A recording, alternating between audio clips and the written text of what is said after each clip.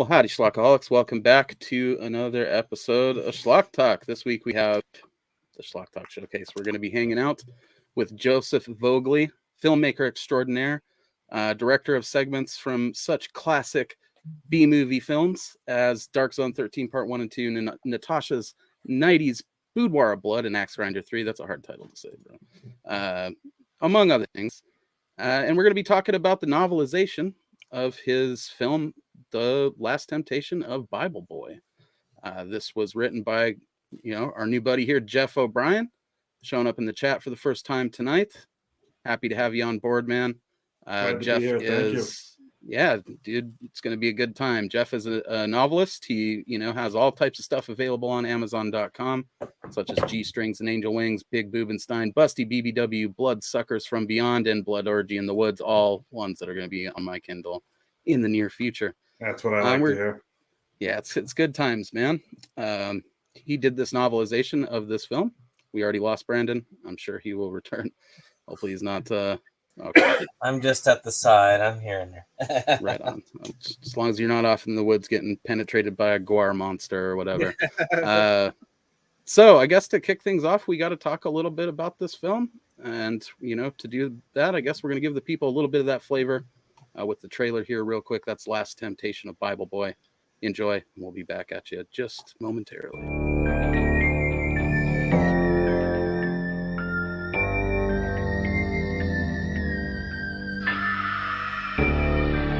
Seven friends on a quest for a summer of fun.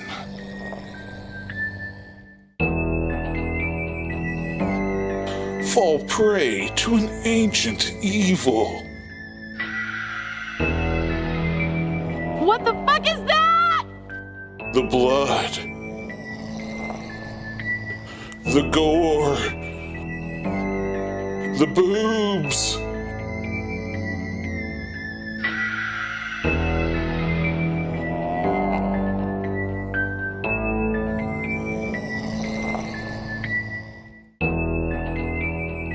The Last Temptation of Bible Boy.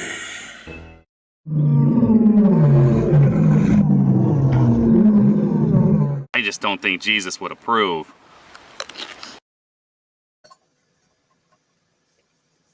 Fun fact, I was going to buy a bag of Doritos to pull out from between my tits, but I forgot.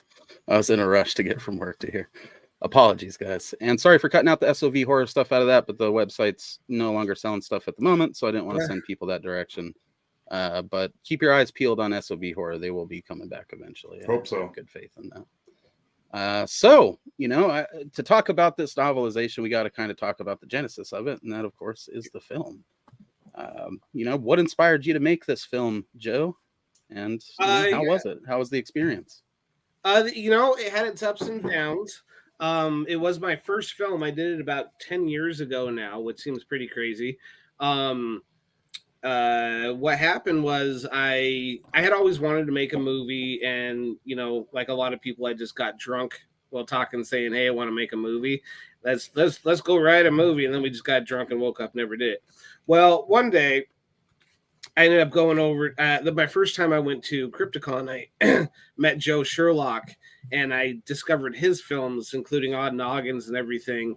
And I just fell in love with all of his movies, and then that kind of gave me the inspiration to make the movie, because I learned Joe didn't make his movies for very much money, and I thought, well, there's no reason I shouldn't be making movies, because I also met a bunch of other people that were making these micro budget films, and that was really my first foray into it, was just meeting all these people that were making movies in their backyards for pennies. And I thought, well, there's no reason not to do this. So I convinced my buddy John to write this film with me, and it just involved us getting drunk and writing it. But we were actually it took a lot of 6 packs of PBR, so we'd be drinking, and I'd write something I thought was funny in my drunkenness, and then I'd switch off and I'd say, John, okay, you go write something. And we go back and forth. And so I would write a little bit off of his stuff. He'd write a little bit off of my stuff. And until we had a screenplay. And then I got all my friends together. And that was that was rough. It was just it was a bunch of my friends that we did all these rehearsals. And I talked them all into it, and I had no idea what I was doing. I never made a movie before. I didn't know how to edit. I didn't know how to shoot anything. I didn't know how to do anything. But luckily, I had made friends with Joe, and I had been texting with Joe, and kind of every time I had a kind of a question about something, he would answer it in full detail. And after several months of planning and writing and shooting, and about a year worth of editing, because it was just a lot of waiting for Johnny. He was lazy about the editing, and I should have just taught myself, but I didn't. And then we had a movie. So that was the. I mean, I can answer the other details. There was a lot of blood, sweat, and tears that went into the film. So if anybody had any including like Donna's here. Hey, Donna. Donna is fabulous. I work with she Donna is. occasionally. She is a sweetheart. Been in many movies with her and directed her in several of my movies. So about how long did it take you to put together the screenplay, if you had to venture a guess? Like from the time you sat down to seriously attempt to write it, like how many sessions? About how long did you guys cram into this? Probably say about a month and a half, because the screenplay ended up being a lot longer than. So we thought, I didn't know how to write a screenplay either. I'd been a writer, but I had never attempted to write a screenplay and then put it together. So, and the way I write is very dense. So I thought I was writing like a 20-minute movie, and it turned out to be a 45-minute movie. And that's with scenes that I had to cut out and not film. So it probably would have been an hour long. It probably took about 2 weeks for the first draft. And then I went and rehearsed with everybody and kind of got their input a little bit.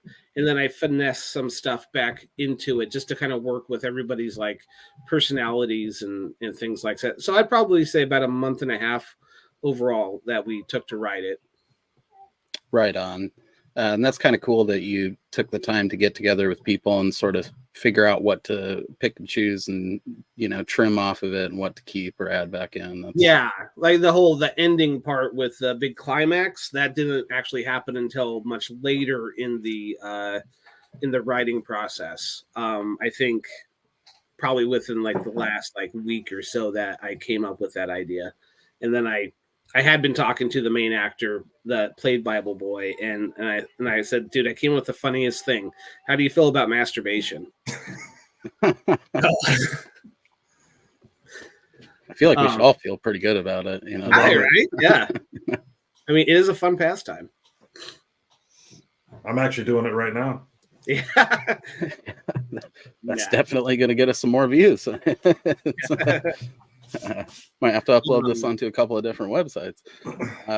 Brandon, you got any questions for Joe on the process of this film? No, I mean, watching it for the second time, I watch a few of these films, and I think to myself when I look at my film that I'm working on, I'm like, this is not going to ever happen because it's too much. But I think, everybody else had to start somewhere with something, and it's quite amazing what people can do with determination. So that was pretty cool. Now, was Evil Dead a major focus in this? Oh yeah, big time. Yeah, I mean, Evil Dead is all over my work.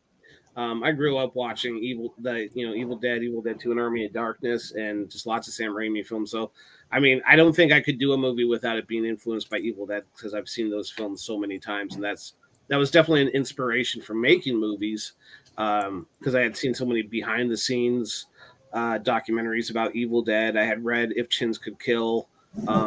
I've met Bruce Campbell a couple times, so that's just a huge influence on my life. Yeah. And so you could easily see that with the camera moving around the wilderness, which I think we filmed those little inserts of different weeks than we had on main shooting. The main shooting was really tough, actually, because we had, as you'll just see with the book, the book is based off the original screenplay. Plus, Jeff puts in a lot of his own twists on certain things and adds things and makes them funnier. So like I'll have like one of my stupid jokes, and then I've noticed that like Jeff will like be like, what makes this joke even funnier? And then he'll just kind of go with it a little bit further. And so that's what I really loved about the book. And just making it that much more fucked up, because he he does more fucked up stuff. I just started reading the short story for the other short movie that I made, Little Blue Pill, and he added some stuff. I was like, oh, that's nasty. Yeah, he's got a nasty mind. I like it. And so the movie was so we have these scenes, and we had actually rehearsed with these pretty hot gals that said that they would be in our movies and play these like big busty lesbian gals, and that this whole thing happens where we're playing drinking Jenga with them or King's Cup, and they get naked and they make out and all this shit happens. And then literally like one gal dropped out a week before, said that she was moving to be a stripper in Florida, and then we got another gal to show up to be in it. And this is after we rehearsed with them, and then on the day of shooting, one of the both the main gals ended up dropping out altogether. And so I had all these scenes with them, and so all this shit was happening like at the same time. I was like, I got to make this movie. I know if I don't do it this weekend, then and the weekend after that, it just wouldn't get done. It would just be pieces here and there.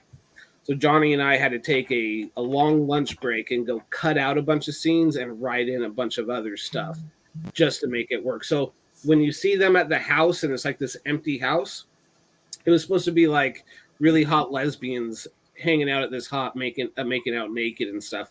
And I had it all synced up, but then they all dropped out like flies. And so, you know, that's why we don't have any actual like nudity, except I was really lucky to have my friend Carrie, who was just like, can I oil up your breast and have you jump up and down? And she was totally cool with that. Yeah.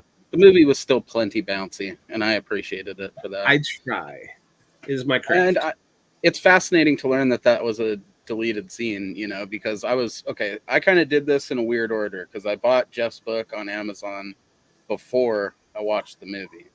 So I actually read like 2/3 of the book and then watched the movie and then finished up all but the last 10 pages of the book. So I don't want to fully risk any sort of ultimate spoilers here. I've got that to finish after we're done here tonight. But man, is it just cool how he expanded on all of the stuff that you had, you know, laid the foundation for in the original film.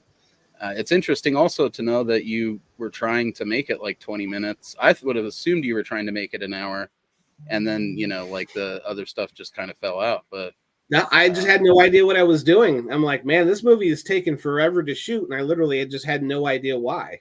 And I was just shooting as I had my pages. I was like, is this gonna be 20 minutes long? I had no idea because I was just going on pure adrenaline the whole time. I'd we shot on the film. I'd come home. I would be going through the footage, and I would be, you know, just getting things ready for the next day.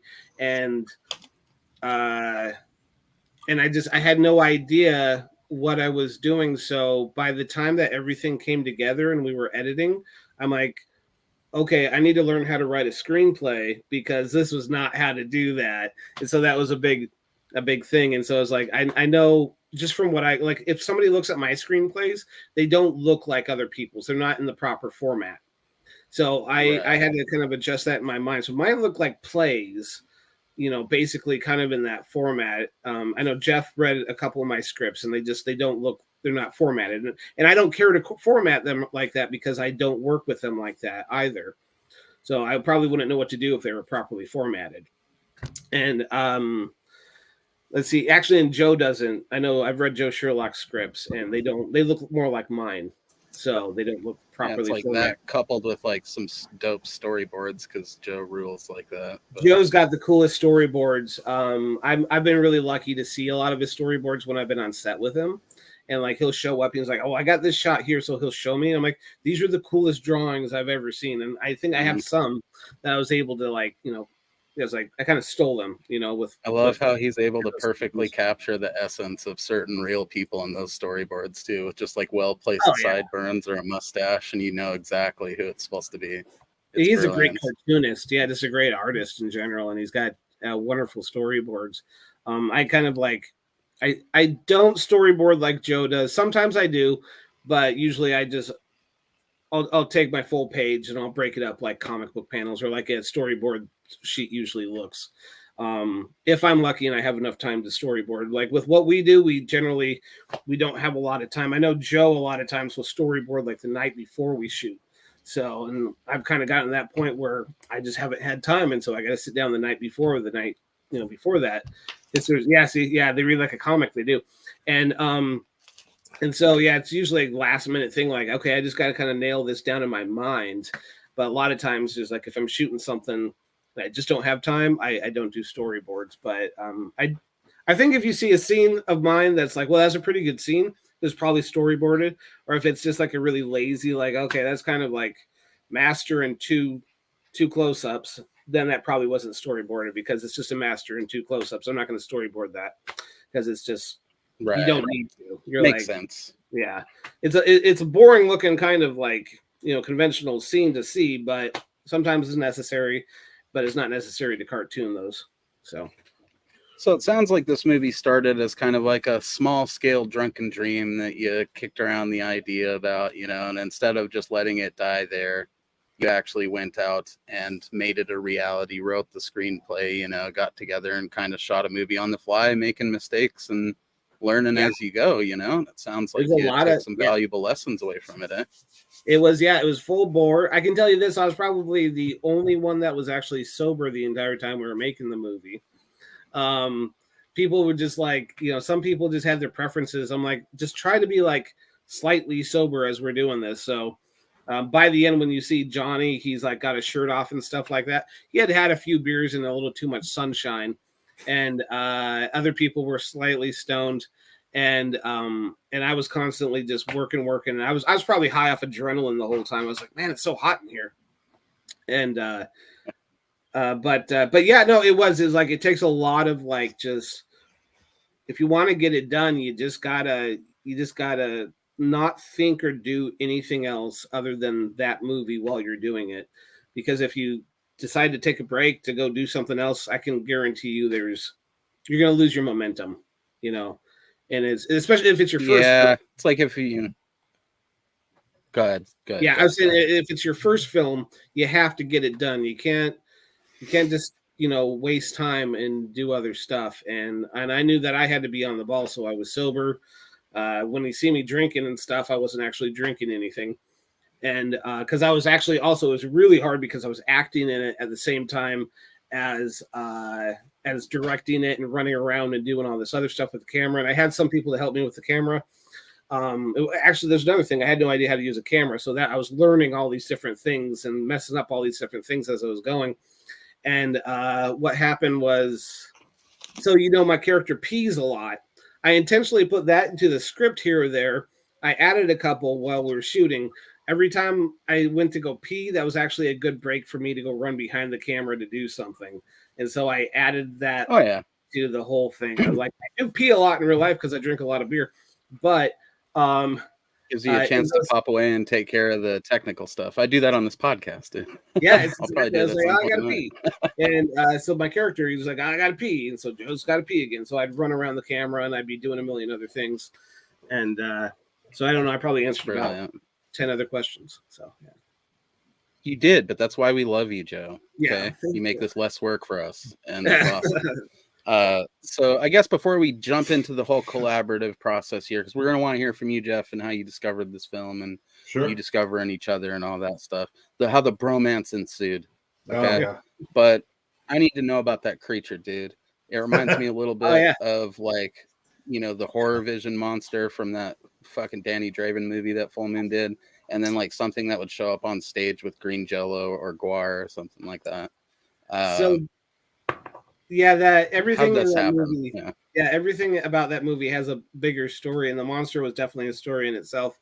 So I had done a bunch of sketches, which I think you can see on my Facebook. If you go onto the Perfect Ratio Films Facebook, you'll probably find the sketches of the monster. So I knew what it was going to look like, but I had never made a monster. So Tom, who's in the movie, he had done some stuff with masks and whatever, and so we all kind of got together and I had the sketches. We didn't know really what we were doing, so we went and bought a bunch of chicken wire and paper mache and all this other shit, and it just like it took forever to do the monster. Literally the same stuff, guar and green jello. Yeah, it's exactly what it was, and we did whatever we had to do to put this thing together.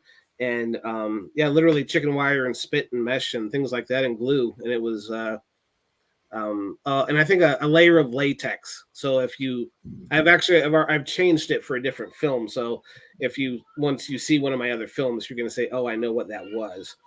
And, but it had this layer of latex. So if you touched it, it felt like, you know, skinny.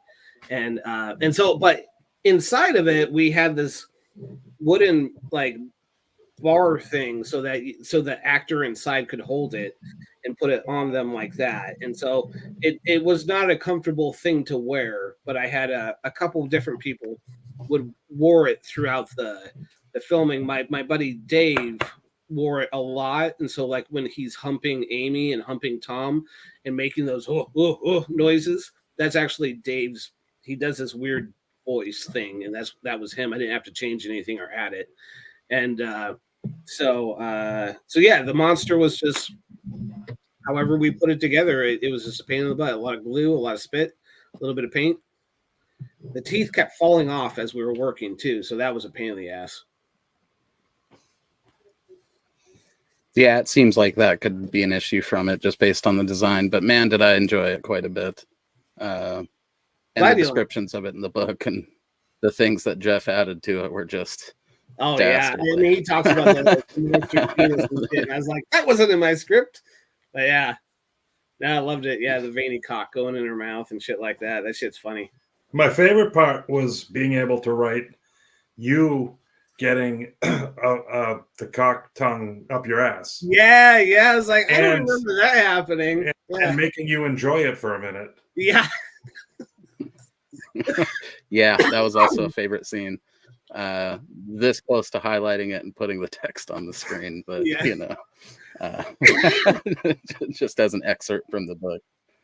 So I guess that leads us to a good point. You know, obviously you put this film out there at some point, like your other stuff, you know, and Jeff became aware of you. How did you guys link up? How did this beautiful bromance begin, where you guys started looking into writing things together or doing stuff like that?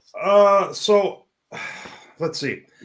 I got the DVD from sovhorror.com before I was even aware of who Joe is. It was just one of many DVDs that I bought in a buying spree. I think it was during COVID when there wasn't much else to do but watch movies and order things online. And it stood out to me from the others that I got. And that was around the same time that I discovered Joe Sherlock. And I took an instant liking to his movies. And then I started seeing Joe's name popping up in the Sherlock movies. And then I realized there was this whole little like other world out in Oregon and Washington that I so desperately want to be a part of. And I started adding them on Facebook. I was a little apprehensive too, because sometimes, especially with like the horror writing community, it kind of left me not wanting to be a part of communities anymore.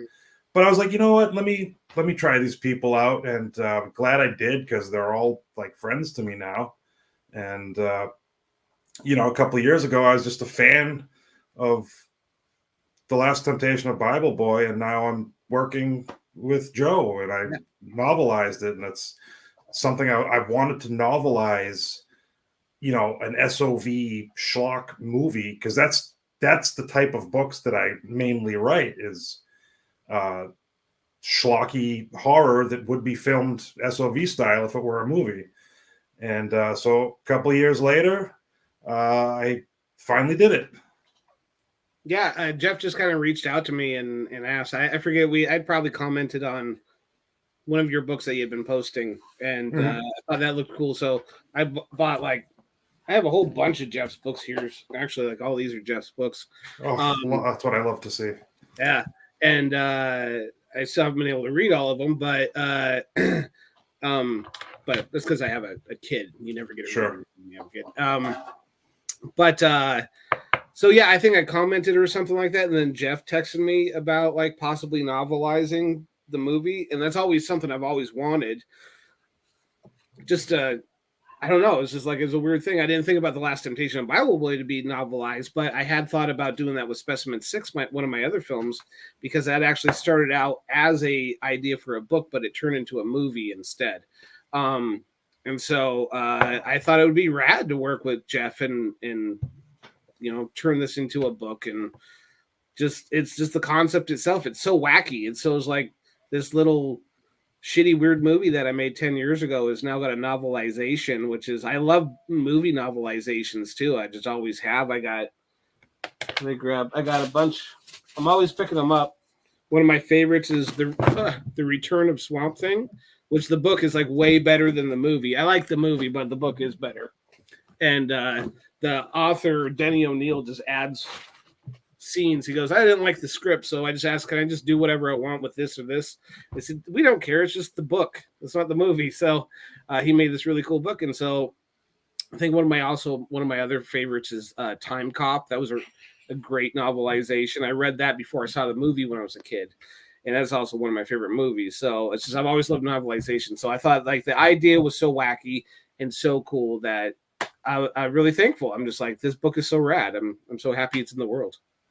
Yeah, it seems like a match made in heaven. Go ahead, Jeff. I was going to say, I think what stood out to me so much about Bible Boy was that it's so much like something that I would write. Oh, yeah. It's just like tits, blood. Yeah. Just silly humor. I loved being able to fill in the blanks of the scenes you didn't get to put in there, like the lesbians in the pool. Yeah. And the aforementioned you getting the tongue up your ass and all that stuff. I loved being able to contribute to something that inspired me to write other things. To me, it feels complete. It's like full circle. Like when I read the book, I got to see my movie in a different way, but also see it as I had originally envisioned it. But Jeff also added a lot of other things too of his own, just to make it his own thing, which I loved, and it was a great, just thing in general. My mind is not working. I've been working on it. It expands very nicely on what's in the movie. It while still keeping the same feel of it. Like I was it has very the whole impressed. Same tone. And I loved I love those characters. I've seen that movie more times than anybody else because I had to, help with the editing and just watch it with so many people over the years. Right. And so to me, it's like, it feels done now. I feel like that whole thing that George Lucas said that your film's never done. I feel like my film's done because Jeff novelized it. Yeah. So and this is I a much wanna better know- version of that because there's no sorry. same CGI frogs just inserted into the thing. Yeah. Right. Yeah. What were you going to say, Jeff? I have a question for Joe. Okay. The guy who plays Brandon, Yes. why is he not in anything else? He is amazing. Okay, so he is amazing, and I can't tell you his real name. Okay. Brandon Boyle is not his real name. He's a good guy. He doesn't ever respond to my texts or my calls anymore. Because he is a professional rocket scientist. And so I think he doesn't. Yeah. So he's a really good dude. I was out drinking with him one time. He was friends with my buddy Johnny, who helped co-write and co-direct the film and all that. And we were hanging out with him, and I was just looking at him. I'm like, man, and I was a little drunk. And I was like, man, you're a good-looking dude. And I just had this idea, and I got this picture in my mind. I was like, of a beer can flying through the air and hitting him in the head. And I said, do you want to be in a movie? And because I had just been gestating, like wanting to do the movie, and had come back from Crypticon. And he goes, yeah, sure. Why not? Whatever. And I'm like, all right, cool. And then, we had a good time drinking. I drank with him a few other times. And then I think by the fourth time I drank with him, I was like, remember when you said you would be in one of my movies? And he goes, yeah, you weren't serious, were you? I was like, here's the script. And he was just a man of his word. And he added that whole voice thing that he did. He actually has this like really deep voice in real life, but he created that voice for it. And he was super fun to work with. We had a great time. I think he's a professional now. and doesn't kind of like, go down in the bottom of the barrel with us B movie guys. Well, And that's sad because I would, I was going to take this opportunity to say, hey, why don't we write Return of Bible Boy together? I would love it. Yeah, but nobody could play nobody could do Brandon it. but him. That's See, why but I was that's like, where the bonus of you doing these novelizations comes in, is you Yeah. could do We it could as do a the novelization. Yeah. And then if in he the ever book comes form. around, you've got that to dust off and adapt into a Sure. film, bring it full circle, adapt a novel, a sequel novel into a film. He's probably working for the government or like NASA or something now, so I don't know. You never know, man. And that sucks that he's like distanced himself from it, but it is kind of understandable in some ways. I If he's like, don't you hold know, it against him at all. I mean, the shit that way do. I dump pudding on people over the summer, and I got some fucked up shit that I do on my regular basis that a lot of people don't. They're like, "Hey, could you not mention my real name because I have a real life?" And I'm like, "I totally understand. I'm just out and open about everything. Like, I live in a small conservative town, but everybody knows I'm weird, and I make Right. B movies, and I'm just like I don't shy away from who I am, but some people they just like they don't want that to be a part of their life, and that's understandable. Yeah, totally cool. I mean, you see it with everything from bands to like look at Brandon DiCamillo from Jackass, funniest dude that was ever in that crew, and that guy just is like off somewhere making skits in his basement for himself. Like he doesn't want to be public with it, Sometimes it might be sexier for those people too to have this kind of weird shit be their dirty little secret, I've always wondered. Like they're able to express themselves in a way. Yeah, actually, Donna was there when I dumped pudding on people this summer, and I think we ended up having, what was it, Donna, 30 or 40 pounds worth of pudding that we dumped on people, and it was pretty amazing. You'll see that. Actually, you'll see. So at the end of the book is the Little Blue Pill, and I've filmed the short already. I'm just editing it. I'm just behind on everything. So you can read the short, and then at some point you'll be able to actually see that as a movie. That's so sick, guys. So what was this more specifically towards you, Jeff? What did you do? What was the first step in your process for turning this movie into a novelization? Like, where does that whole entire sequence begin? It began with luckily he had a copy of the screenplay to send me. Mhm. So my first step was, and this was the first time I've ever done this, I looked at the screenplay and I put it in Word, and I reformatted it all to look like a novel. So instead of like character name : dialogue, I took that out and put quotations marks, said so and so. And so I treated that as just like your basic template. And then once that was done, I was like, all right, now it's time to turn this into a Jeff O'Brien book. And I just, hacked away at it and added and edited, and it ended up taking me about 3 months while working a 40-hour-a-week job on top of things. It was an easy thing to do. It was fun. It helped that Joe kind of gave me full carte blanche. Yeah, I said just do whatever you got to do, because I know the process of writing. I wouldn't want to hamper, and I'd be. I don't like to step on anybody, not just step on anybody's toes, but really hamper somebody's creative process. And I'm not a novelist myself, but Jeff is. So I'm like, I have this, and you could turn it into what you need to turn it into. And I've read enough novelizations that are fairly different in many ways from the movie. I think Batman Begins. You remember the part in Batman Begins where they have the tumbler and they're actually like in the underground basement and they're driving that around the place. Well, in the novelization, the author, it didn't make any sense for them to do it there, so it actually took place outside in like a huge track and everything like that. So so it's just like, I know the author has their own thing and they have their own logic. And it Did he rent the track as Batman? That's what I want to know. I don't know. Did he just show up and he's like, I need to book some time. That's good stuff. What a thing to change. Yeah. But I get what you're saying. They have their own logic. And so I know sometimes when I'm trying to work in my own writing, I have to figure things out in that capacity where, let's say I was working, I had some stuff. I was working on a screenplay and trying to come up with ideas for this project for somebody else. And my humor is very distinctly me.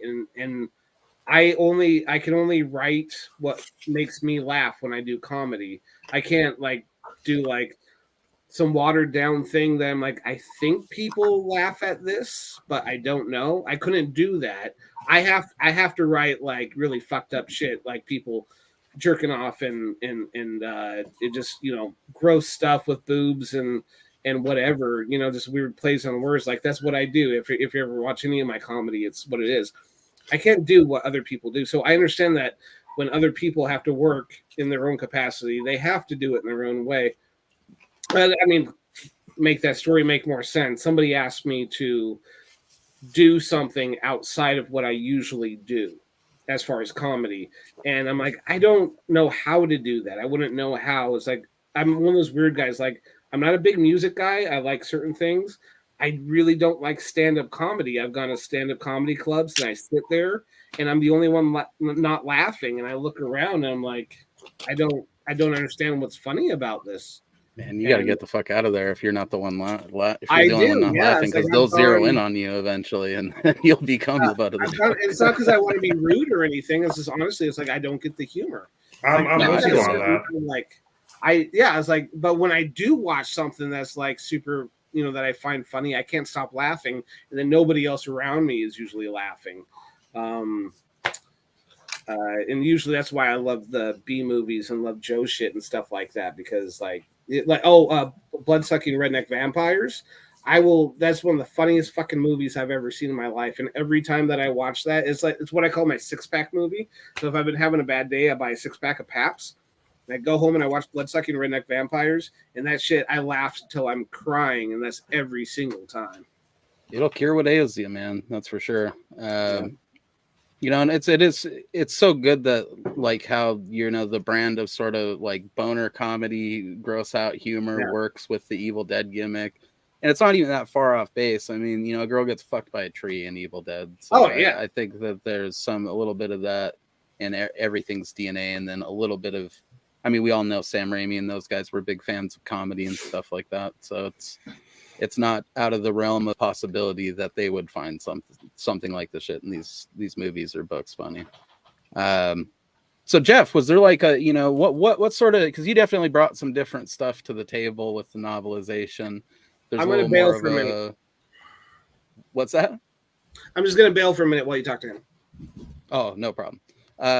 There's definitely like some strange creature body horror type elements in there a little bit. With the tentacles and the tongues and everything like that. You know, what's sort of the stuff that influences you where that type of shit's concerned? You know, is there anything specifically you were drawing on for this, or just sort of bits and pieces of stuff out of I honestly, like, I just fly by the seat of my pants.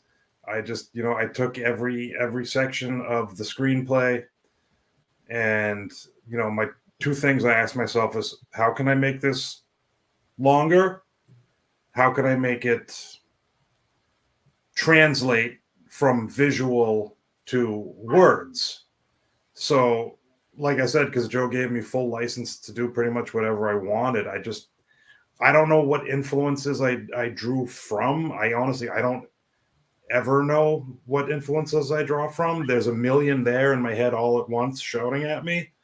But yeah, it's hard to give a good answer, because my head when I'm writing is like a battlefield. There's like bombs going off, and I can't at the same time that I'm thinking, I can't hear myself think. But it all comes back to, how can I make this sexy? How can I make this fun? And so the answer most of the time is boobs and blood. So, or I make it more grotesque. You know, at the end of the book, where they're like turning into like eldritch. yes, that's what I was hoping you'd get to. Creatures, yeah. Yeah, that wasn't really in the screenplay, and wasn't in, you know, the movie didn't really depict that.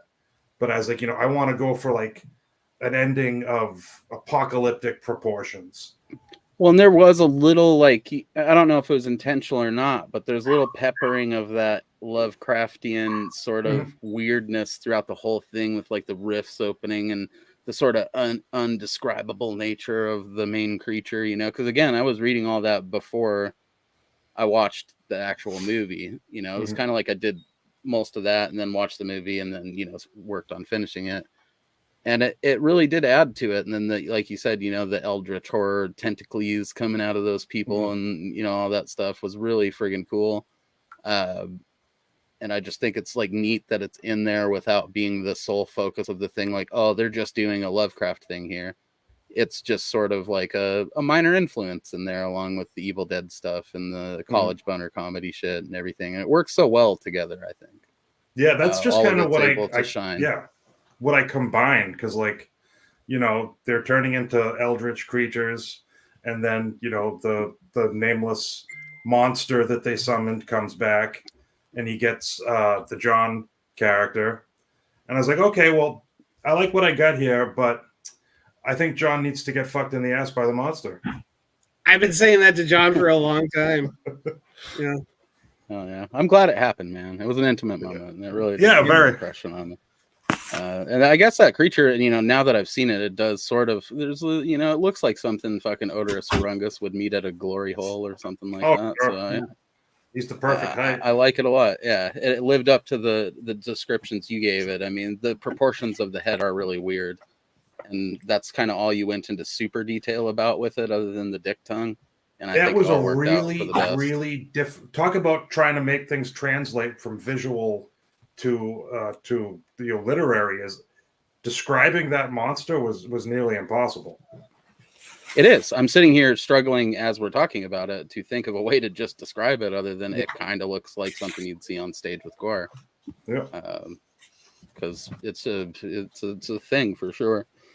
I don't know why I wasn't sure there was even someone inside of it at first.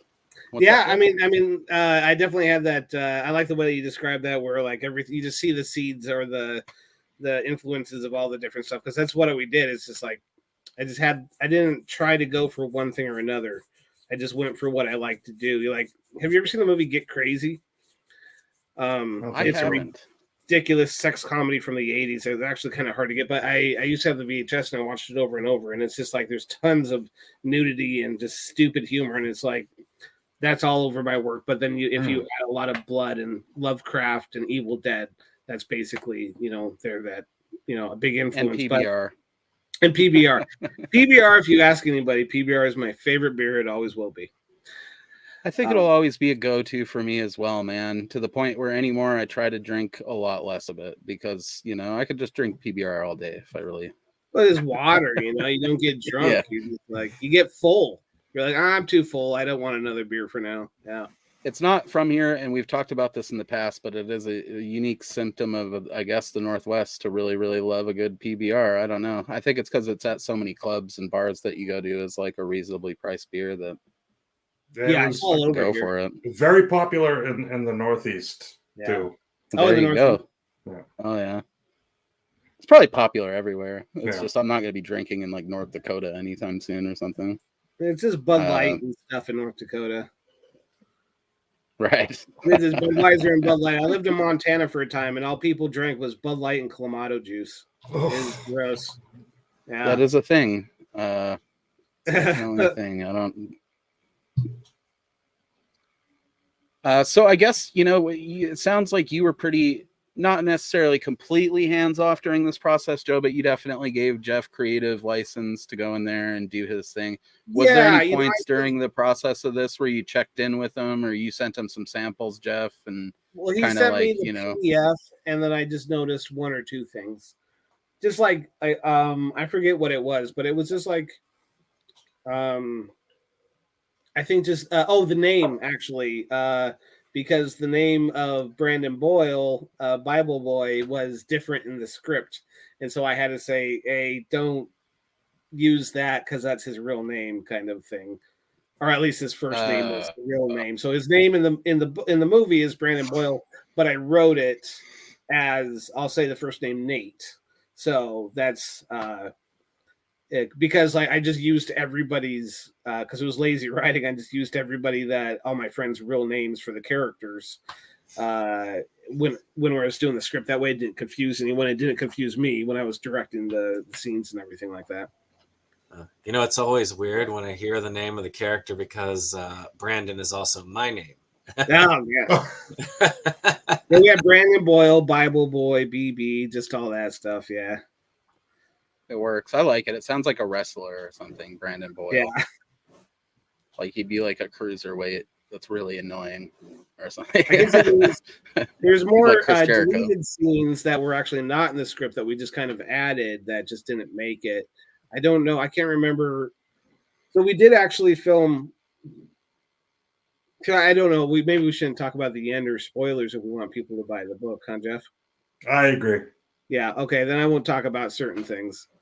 So Well, here's a good question, because we've talked about your deleted scenes, Joe, but was there any deleted scenes per se that you had, Jeff, where it was like an idea you were maybe wrote out into completion and then decided like this doesn't fit? It's a rad idea, No. but it's like I wish, because I went into this with delusions of grandeur. I wanted this to be like a 200-page novel. And then I realized I'm working with a 40-minute movie. Yeah. And my first draft was basically like a short story. And I was like, shit. So I had to expand as much as possible. And now there was nothing I wrote that got cut out.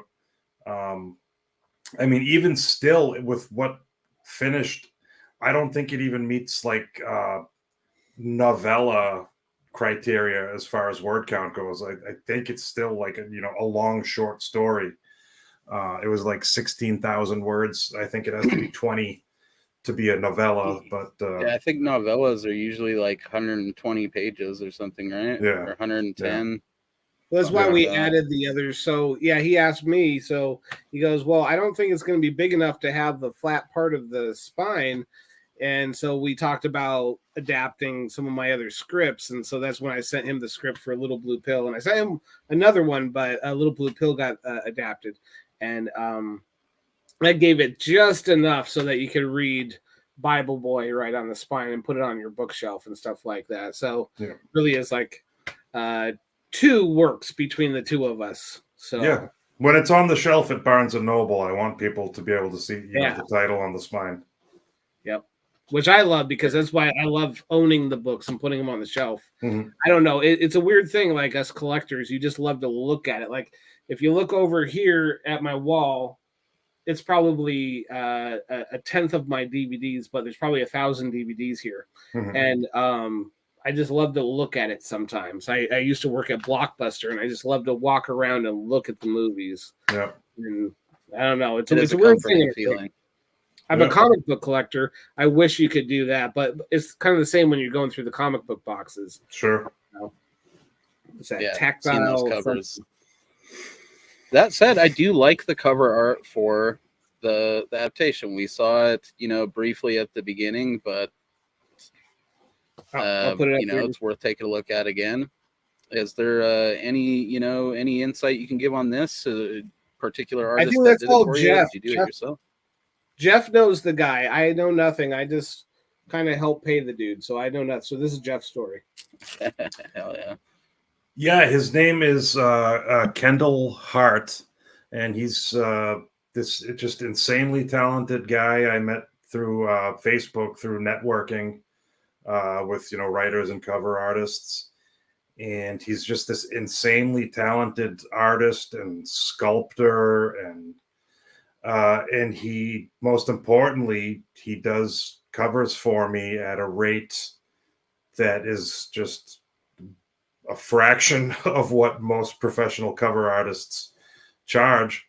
So yeah, he's often my go-to guy. And I also like that, almost all my books are done by him. So they have a very, you see the cover art and you say, that's a Jeff O'Brien book. If I can just, not to spam you guys with all my shit, but you can see these are all the same artist.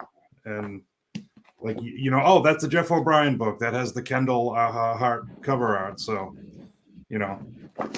it's a great relationship to have because it gives a signature Absolutely. flavor to the stuff before even opening it. It Yeah. feels like you're picking up one of these B movies, and that's important. Certain, people that release box sets that we all buy have since lately not been putting the best artwork on them, even though people we know are doing their damnedest to make the layouts work as good as they can. Good cover art, even if it's just from some random digital artist on Instagram or whatever, that makes a big difference to dudes like us that grew up on video stores and renting movies and being into this shit. It's the thing that's going to grab your eye and make you want to mess with that.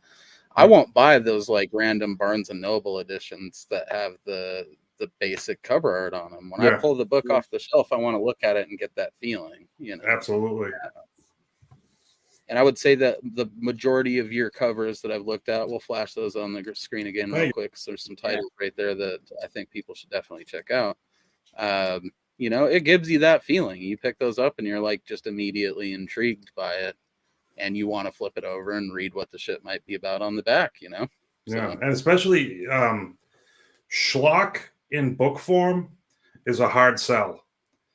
Even a lot of people who love the kind of movies that you guys discuss don't want that in book form. The cover definitely helps kind of put someone in that mood when they see it, and makes them more likely to check it out. Indeed. So Brandon, Cody, you guys got anything for these guys? Any questions that have came into your mind while we've been discussing this stuff?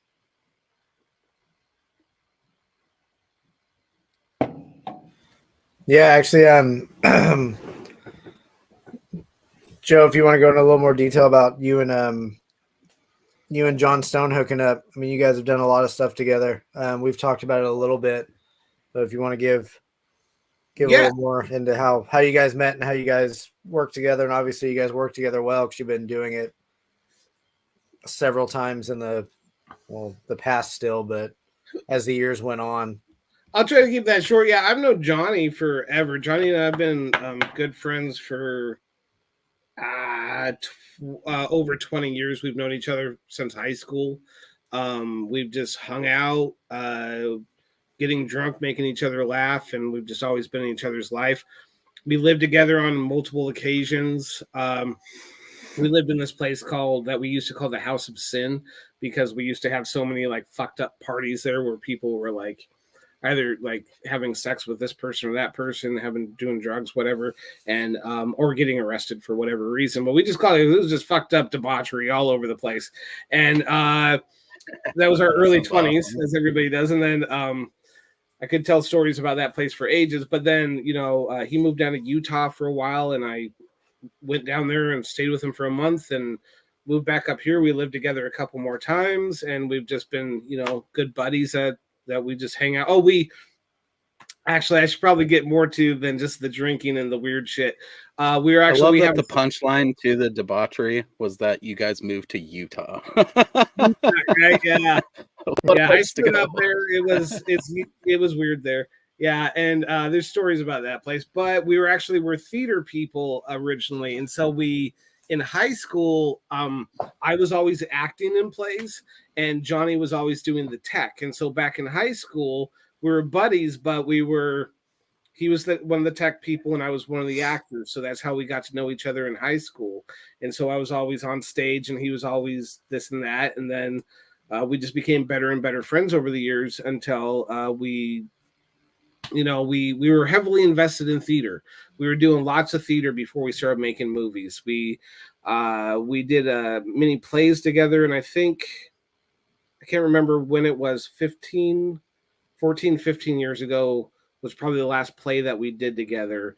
And then we had always talked about doing other plays. And then when it came to doing Bible Boy, that was when I was just we talked about doing plays and kind of talked about doing movies.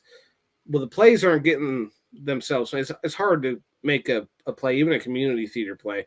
But it's I think we can make a movie, and we can do it where it's just our fucked up drunken humor too, because this is what we love to do. We love to go bar hopping and just drink and laugh at farts and titties and stuff like that. And we wanted to continue doing that with the movie. And it is basically just another extension of myself, is drinking, titties, farts, and coming on things in movies. So it's just a really,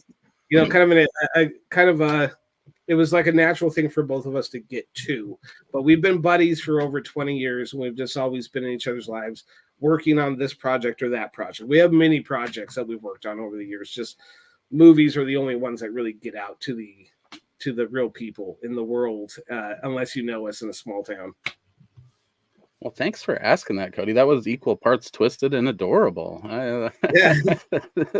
Thank you That's for me. filling us in also, Joe. Yeah. That was awesome. You need something cummed on? I'm here for it. I think that's why we work together well. Yeah. You guys sure you used glue when you built that? We love fucking shooting green ropes. jelly? We did it. Yeah. Actually, so yeah, when the Bible Boy, the thing happens, we use dollar store conditioner to answer that question. So Yeah, my lady was getting that for a while, and it works. I keep trying, like, what do I need it's the to image get of that conjures in your amount? mind. Yeah, I just want to be able to make my mark in the world. Yeah. Well, dude, I think you did. I mean, it's amazing to me that this stuff can bring people together from across the country like it does so consistently. I mean, without your movies, you wouldn't have met Jeff, obviously, and without Jeff's book, there's probably several people that never would find out about your movies. I mean, I could confidently say that I enjoyed this novel enough were I to read it. Probably, the way I used to read stuff like this when I was reading it a lot, oftentimes I would miss that it was even a novelization. I wouldn't even read that far. I'd just pick it up based on the cover art, flip it over, and be like, damn, that sounds cool. And then I would read it. And if I knew that there was a movie based on this, I would be trying to seek it out immediately. Unfortunately, with, the SOV horror issues that are going on right now, and Godspeed to Tony? Hopefully he gets Tony all his stuff Mazziello, sorted. yeah. And... I haven't talked to him in a while, but he owns the short-term rights for the distribution. So, which I really hope that he gets the store up and going, because he came out with a beautiful product. There's so many extra features on that DVD. And it also has the extra Natasha Naidi. If you want to watch it that way, Natasha Naidi is this hot chick that, like, you can. She introduces the movie and makes fun of it, kind of like in an Elvira way. Yeah. And so and actually so I really hope that he gets that going, because he has so many other great films like Metal Noir and Spirit Gallery and things like that. And I own a bunch of his films. Like, he came out with beautiful movie, so I really hope he opens up that store again.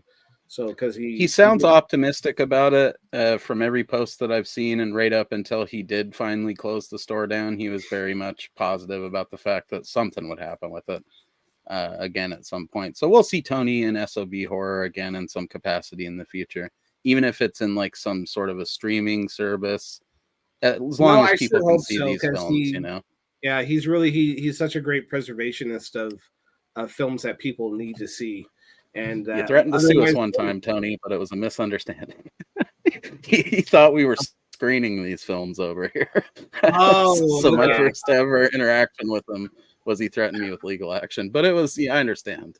It looked like he did have some like other, like, that's another problem with, like, I don't know, we're usually I think as B movie people and B movie fans and everything are usually really kind and really good to each other, but there's one or two that are out there that end up taking the movie and burning it and releasing it free to the world. You're like, why are it's like that's not the point of this, and it's also like it's intellectual thievery. And Tony was dope about it. Once I explained that no, we're not screening these. It's we're talking about them and loving them. He was hyped on it, but I get it. He had that. Not the first time that's happened to me with this channel, weirdly enough, where I've been told to stop, or like, and it's like, wait a minute, I think you misunderstand what's happening here. It's like you guys aren't doing it. He had that happen a few times where people were.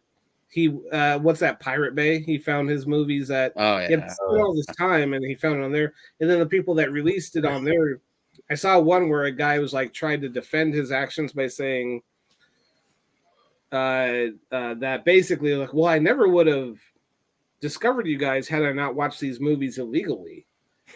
And See, it's there's just an like, argument to be made there, but there's a certain, I mean, it's also very era based, right? Like back in the day, 20 years ago, of course, that stuff was kind of necessity to see a lot of this type of shit. There's certain, 20 years ago, you're like, I couldn't see this movie any other way. I've seen some movies on YouTube, like what was it? There's I can't think of a movie. There's this one particular movie I wanted to see. I could not watch it any other way. And I looked into it, and it turned out the rights to the movie were like nobody knew who owned it. I finally found it, but it was on YouTube. And so I did watch it on YouTube. And still to this day, there's nobody that knows where the rights are to that particular film. So I think 20 years ago, yeah, and there's still other movies. Like if there's any way for me to buy this film or rent this film or anything like that, then I'll do that. But if there's literally no way because nobody knows where the rights are, if there's no way to do any of this stuff, then then I understand that argument. But if there's a way to be like, hey, this guy's selling this really beautiful thing, he owns the distribution rights for $10, don't go steal it. Don't go steal the artist stuff. Though I got a good story for you. Yeah, like I was saying, it's a very generational based. Like 20 years ago, I've been all behind this argument that like it's preserving it, it's helping us find it. And there is certain areas where that's still the case now. But it's also never been fucking easier to contact these people and find out a legitimate way to just buy the goddamn movie. You can hit them up, and oftentimes these guys where it's not like getting big distribution anymore might even just burn you a copy of their own movie. I've bought several movies that way. From people. 100%. We got things like Kunaki. I know lots of directors just personally off of Facebook. Like even if you don't, you're like you look for these people. You go on Facebook, you go on Instagram. You can find these people, and they are super nice, and they'll do this stuff for you. Brad Sykes. Sent me some burned copies of movies of his that don't exist anywhere other than in his computer. I think Camp Blood 2 you can't get through. Yeah. I don't know what happened with Camp Blood 2. Within the Woods, I had to get straight from him. Yeah, Within the Woods. That was Camp Blood 3, right? Yeah. That one I had to get through. I had to buy through Amazon or something like that. Mm-hmm. Yeah. Well, see, then there's a fine line I draw with that stuff. Like, I'm not going to pay out the ass for, some secondhand copy of something that on Amazon.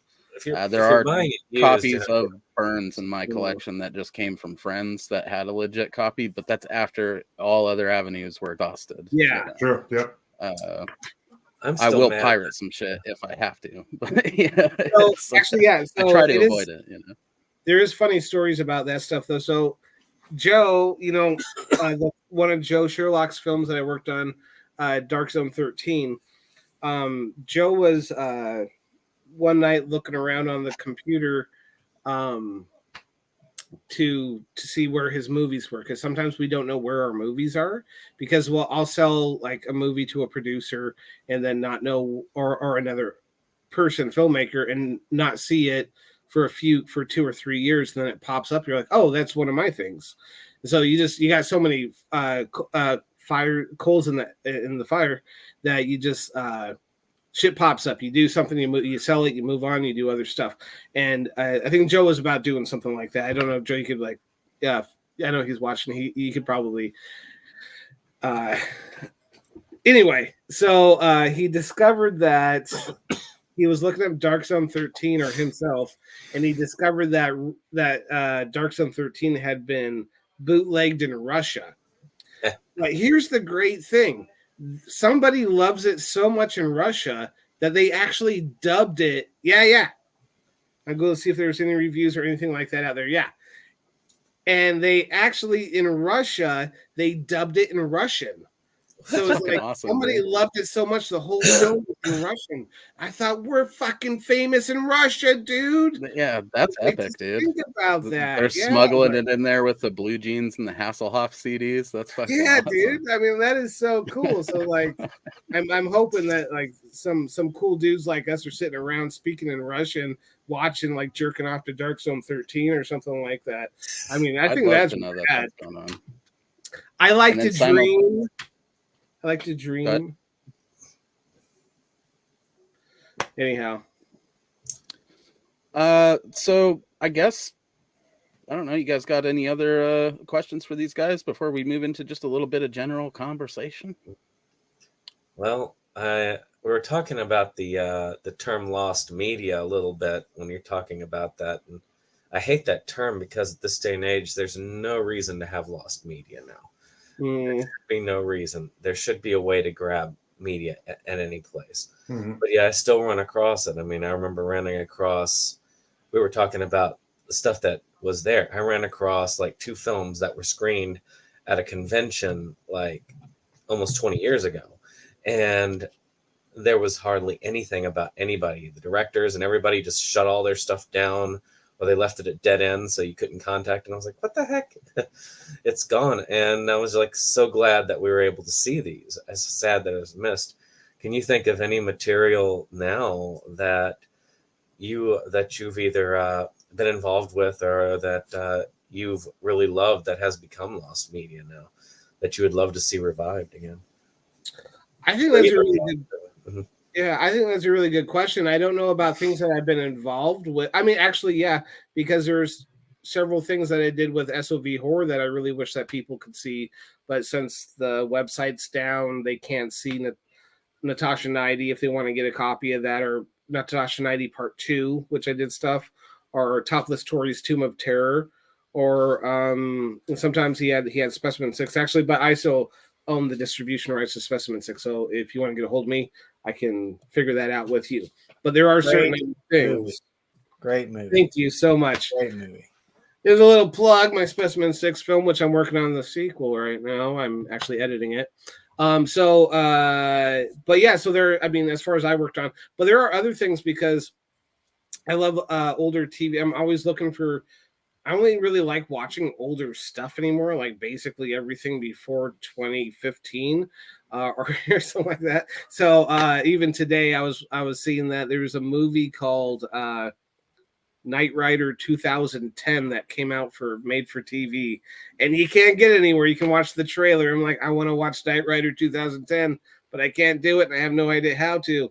So there's certain things like that, or just old weird TV movies. There was one called The Haunting that you can only see on YouTube. You can't get anywhere. It's an old TV movie, but it's a fucked up like ghost story that was made for TV, and the dude he gets raped by a ghost, and it's like so disturbing. Yeah, dude. And the copy on YouTube is really bad. It's blurry and stuff, but it's the only way you can watch it. And like a lot of films like that, like nobody knows where the rights are. There's like so many films that people don't know where the rights are that, yeah. And I've looked these things up where they're like, yeah, we tried, but 5 people say they own this movie. So now nobody owns the movie. So, once things, it's kind of like the Manos, the Hands of Fate thing. Like they had a really hard time when they were like coming out with the 2K edition, whatever, the special edition, which looks beautiful, but they had such a hard time because they had a few different people saying, no, I own the right to that. No, I own the right to that. And they kind of figured that out. But some of these movies, I think it is necessary. I think the public domain we can thank for certain things because it has preserved it, like Night of the Living Dead. Nobody owns that movie because of a little weird thing, because it was originally called Night of the Ghouls. And he had trademarked that, but nobody had trademark at the end of the credits, and so it instantly went into the public domain. So we can thank people that actually like have the original prints of these things and preserved them in a good way. I think I don't know what the answer to any of the stuff is, but like thankfully there's fans out there that have always been fans of these things that have preserved them for us. So I don't know. Yeah, there's lots of movies that I want to see that are lost or blurry, so Yeah, just not available anymore. What about you, Jeff? You got a piece of lost media that you wish was preserved better or available more in some fashion or another? Things that come to mind right away, like Deathstalker 3 and 4. Those are just completely non-existent anywhere. I did see them on like the the Amazon Fire Stick or whatever. It was some pirating thing someone I knew had, so I was actually able to see those movies that way. Beyond that, if I weren't actually just asked that question, I could probably name 15 things, but you put me on the spot and I can't think of a single one. Yeah, it can be tricky when it's like that. But there, we all have those instances. What about you, Cody? Can you think of anything that you ever ran across that turned out to be just fucking unavailable? Or kind of to piggyback off Jeff, I'm sure I could spitball a whole bunch of them if I was given a little bit more time, but nothing's popping up right now. But I definitely feel the frustration of knowing that I've looked for stuff and couldn't find it. It's just nothing's popping in my head right now. See, I think my choice is one that is uniquely suited for this discussion, but it's also one that I've mentioned to you guys before. Huh? Probably didn't register because it's a nothing burger unless you've seen the movie or whatever. But it's a movie from, I think, like 1987 or 6 or something like that. It's a Canadian boner comedy / like teen comedy called Breaking All the Rules.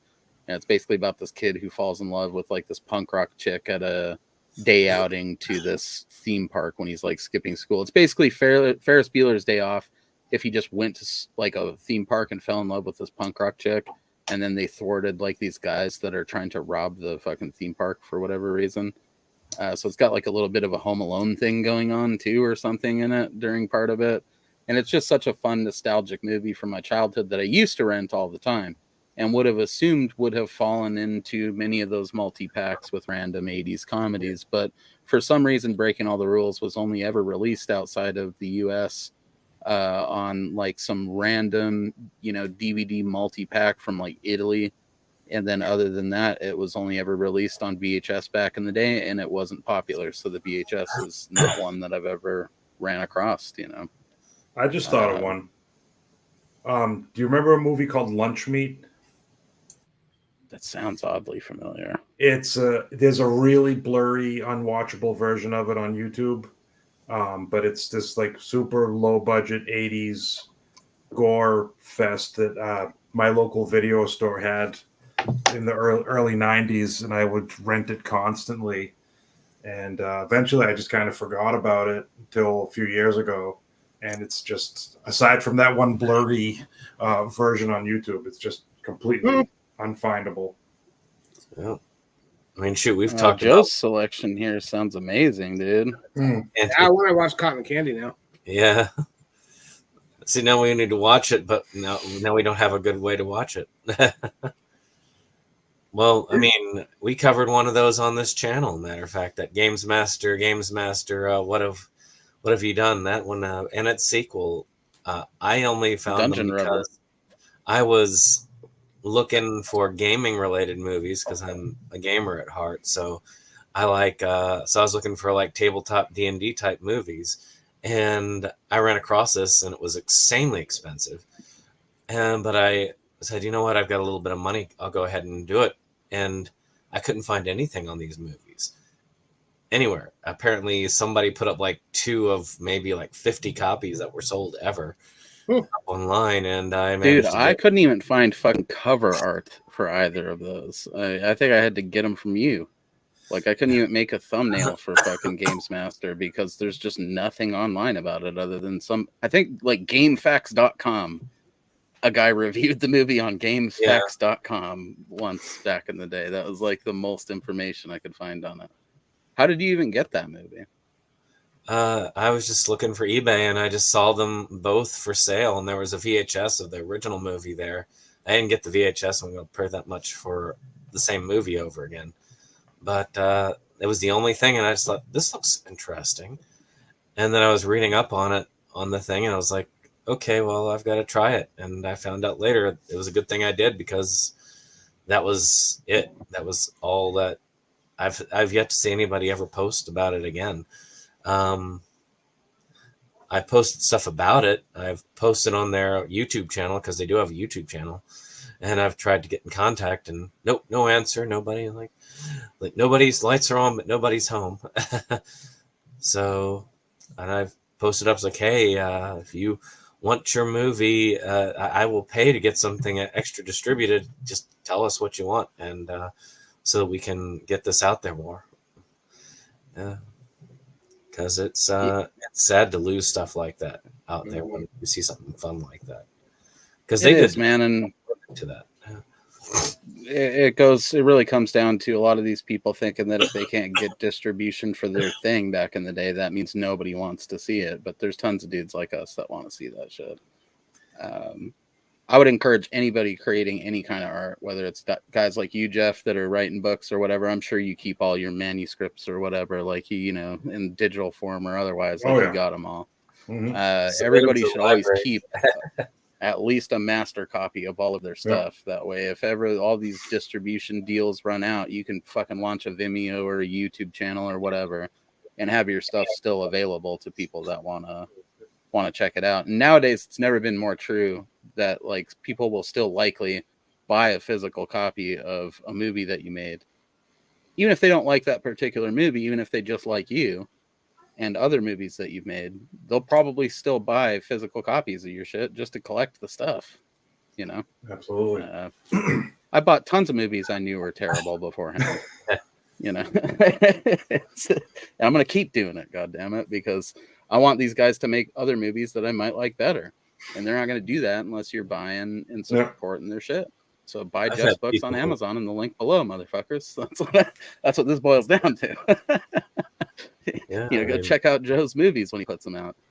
Do you have any projects in the works, Joe? Yes, I do, but nothing that I can really talk too much about. I'm editing. Well, I talked a little bit. There is a sequel to Specimen 6, which I'm working on. And there's another film that I'm editing, which I can't really talk about. Cody knows a little bit about because he's helped me out a little bit with that. And so you'll have to talk to him off of. I think he might have filled both of us in on one project a while back, but I did do my homework and like I almost put the video, but then I was like, maybe I should check if that's a public thing. Yeah. And I went and looked and it wasn't there, so I did not upload the video onto the stream. Yeah. So I'm working on those. It's been really hard. Like, I've been trying to find this minute or that minute to edit and do stuff. I do have a few movies that I'm editing. But it's just difficult because I've been, you work all day, you take care of your kid at night. And so it's, I've been trying to edit. So in the next few years, also, there's a couple other movies that are done. I just have no idea when those come out because the producer has them and they'll just be out at some point. So who knows? Always movies to come out, and I will probably be screaming about them on Facebook when I do know that they're coming out. So, right on. Jeff, you got anything cooking up that you're going to be releasing in the near future? Or are you still just coming off of this Bible boy high? What's the word over there? I've always got lots of irons in the fire. I'm finishing up my first short story collection because I've been doing this for over 10 years now, and I still haven't put out a short story collection. And I'm really proud of the title I came up with. It's going to be called The Ejaculate Collection. Wow, I'm buying that. And I'm actually finishing up my second movie novelization. I don't know if you're familiar with Adam Riot Thorne, his movie Moopit Pastor. The cover's done. I just got to finish writing it. And he's out of Canada. He's a really funny guy. He makes these hilariously funny, low-budget SOV movies. You should look him up on look up Riot at the Movies is his page on Instagram and Facebook and YouTube. And aside from that, those two things are my main focus at the moment. Right on. So I guess my final question for each of you guys is this. Okay, Joe, you've already had, one of your babies adapted into a novel by Jeff here. If you could choose one of your other segments or one of your other projects that you've completed at this point that you would love to see an adaptation of. I know you already kind of got the Blue Pill thing, like you said. Yeah. But so that kind of already answers the question. But if there was another one that you'd like to see, like a full-length novel or a short story and a compilation written of, what would it be? And then my question for you, sort of the flip side of that, Jeff, is of your original novels, what's the one that you would most want to see adapted into a film? Good questions, because I would love to adapt one of Jeff's books into a film. I would love to. I as soon as we can, I would love to do that. I would like to put up more attention into Jeff's stuff and more money and stuff like that and make it look good. As far as my stuff, I would probably say I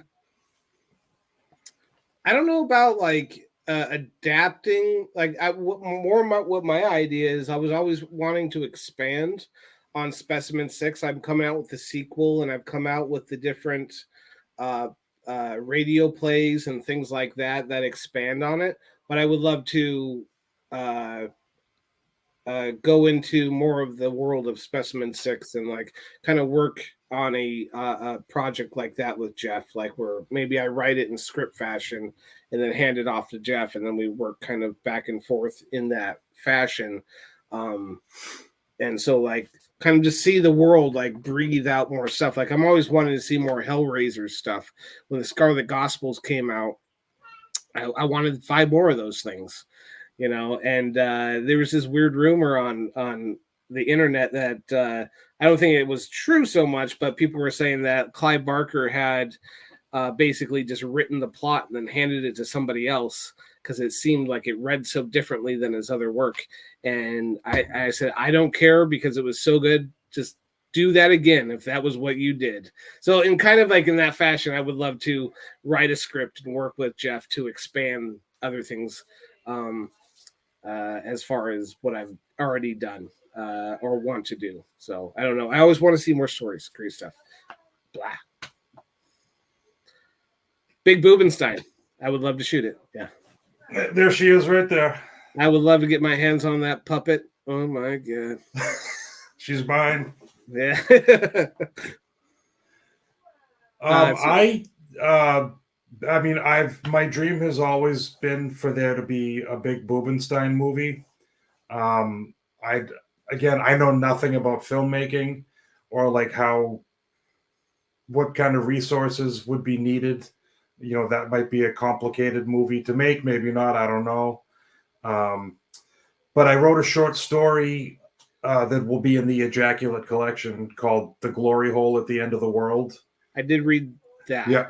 And that could be done. I even as someone who knows nothing about filmmaking, I know that it's a real fun little short story, and I know it could be probably very easily adapted onto film.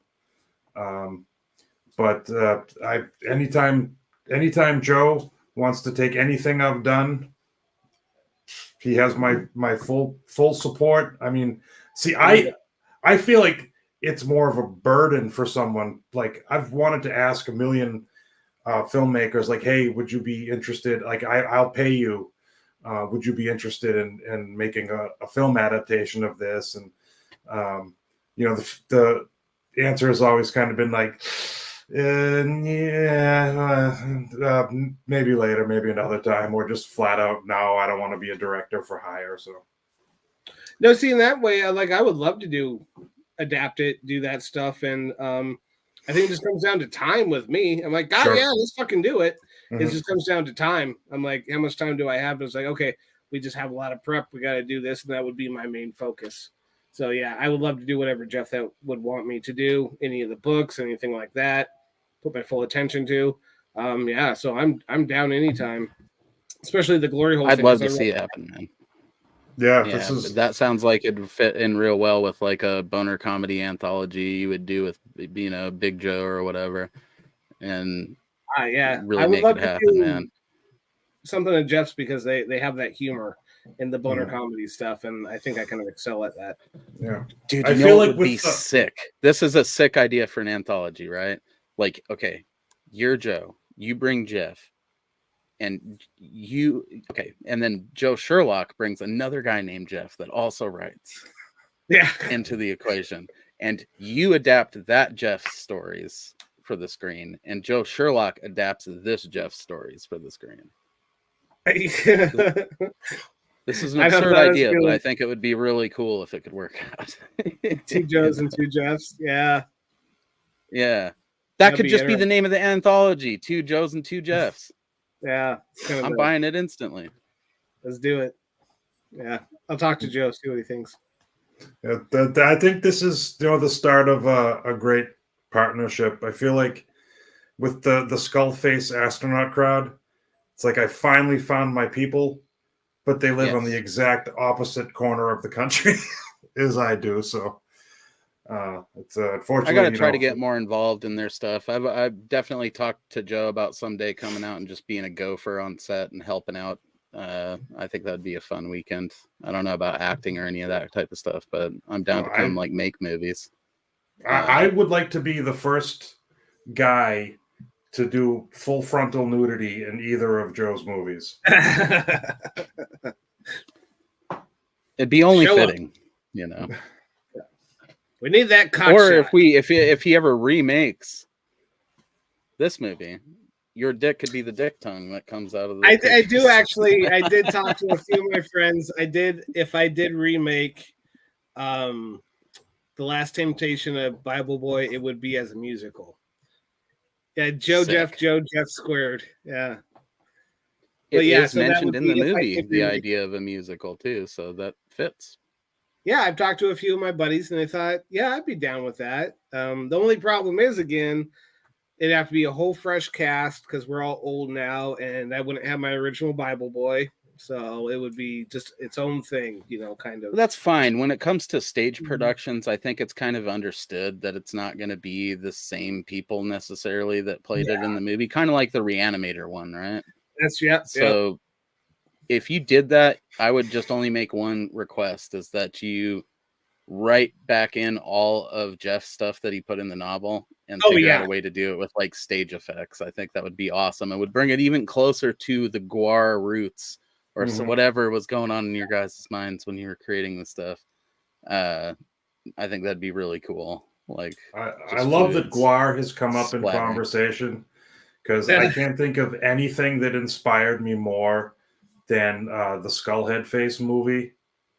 I love it. Love it. I saw it. My friend had it on VHS. I saw it when I was 13. Life-changing moment. Dude, we have that plans to shaped cover Skullhead Face on this channel in the future, and you are definitely invited on. Oh, as a please. guest while we do it. That movie was such a big part of my life. I would absolutely love to be on that. Guar was a big part of all of our lives, whether we fucking wanted it to be or not. All right. Like, if you're of a certain age, you know about Guar from either Jerry Springer, MTV, or just like wherever the fuck they're from, Virginia, like Brandon. It's a thing. Guar was out there, and between them and Green Jelly, I think they influenced a lot of stage production stuff, like on a DIY scale, and I think they influenced a lot of B movies on a DIY scale. Even though they were taking inspiration from that shit themselves, which is awesome. It's just the continuous filtering of all that stuff back into itself, which is what makes all this shit awesome, right? So I'm very much looking forward to what you guys got coming up. I think The Den is the next book from you that I've got queued up there on the. It's not. That's one of my Kindle, serious ones. It's not funny. Yeah, it's not funny at all. It's. I almost considered putting like a content warning on it, but I figured just labeling it as extreme horror. I think if you see extreme horror, the reader knows. If I have triggers, maybe I shouldn't read this. But what I'm saying kind is of a content warning. It's pretty much the polar opposite of what you would get from the Bible Boy novelization. Yeah, it sounded harrowing. I'm looking forward to it. I don't know. Have we swayed either of you guys into checking out some of that Kindle action? All right. If you get Kindle Unlimited, you can read his books for free. Actually, Bible Boy is the only one that's not on Kindle Unlimited, but that's only just because I haven't gotten around to setting that up yet, because it just came out. But they look much better for Bible Boy if you buy them in hand. Yes. I mean, all of my book covers have titties. Like these are my favorite titties on any of my book covers.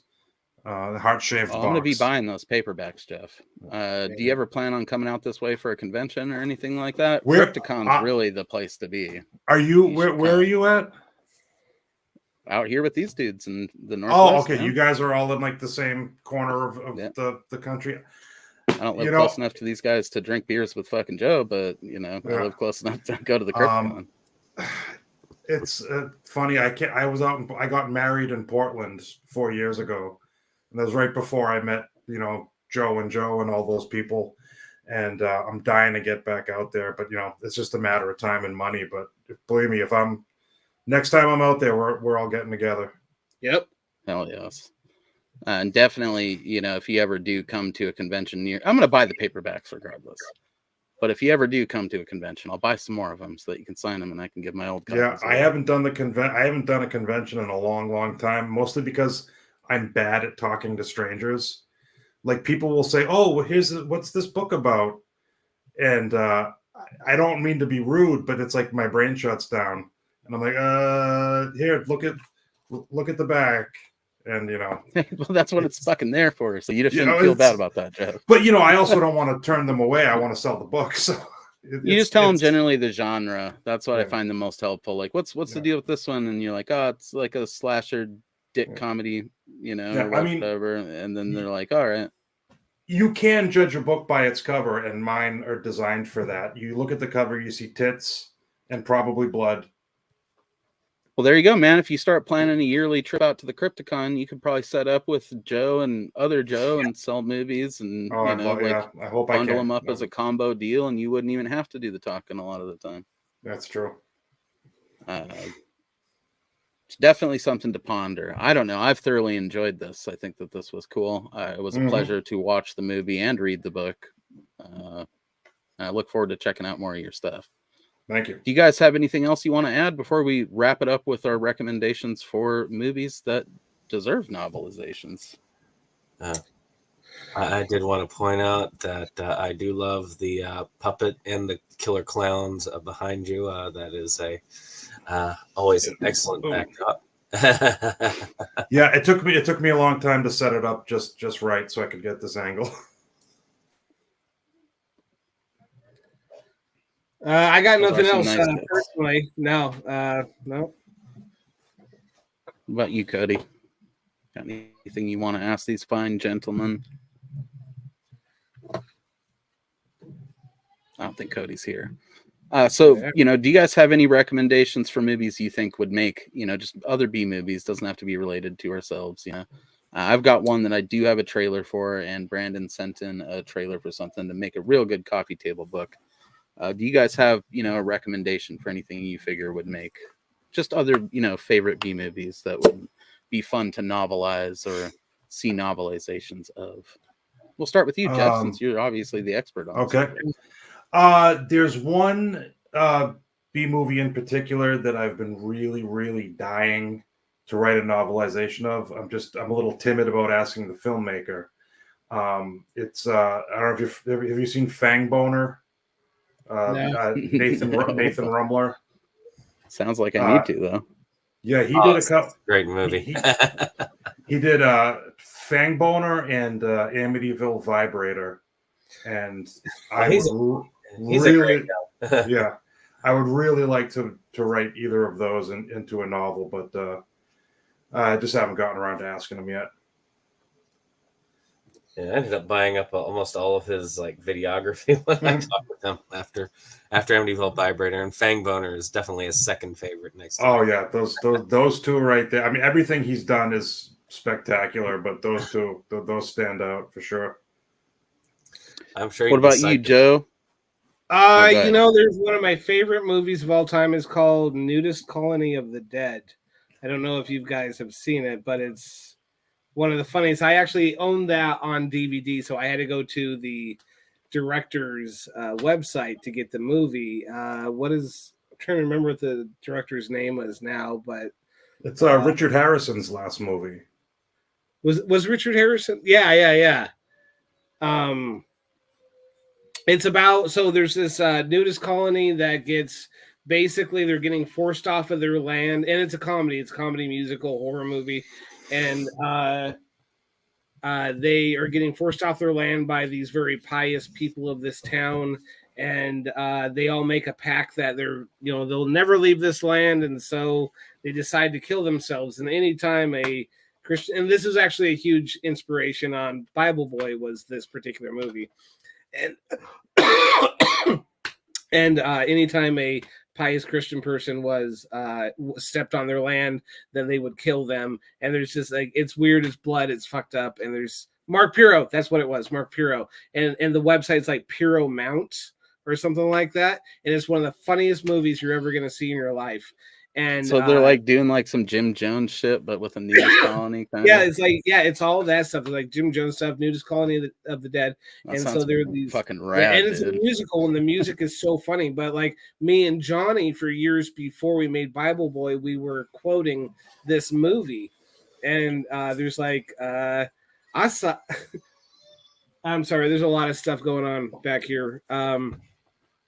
But I would love to see that novelized. That would be terrific. And I should probably get going, guys. It seems like I got a dad duty to do.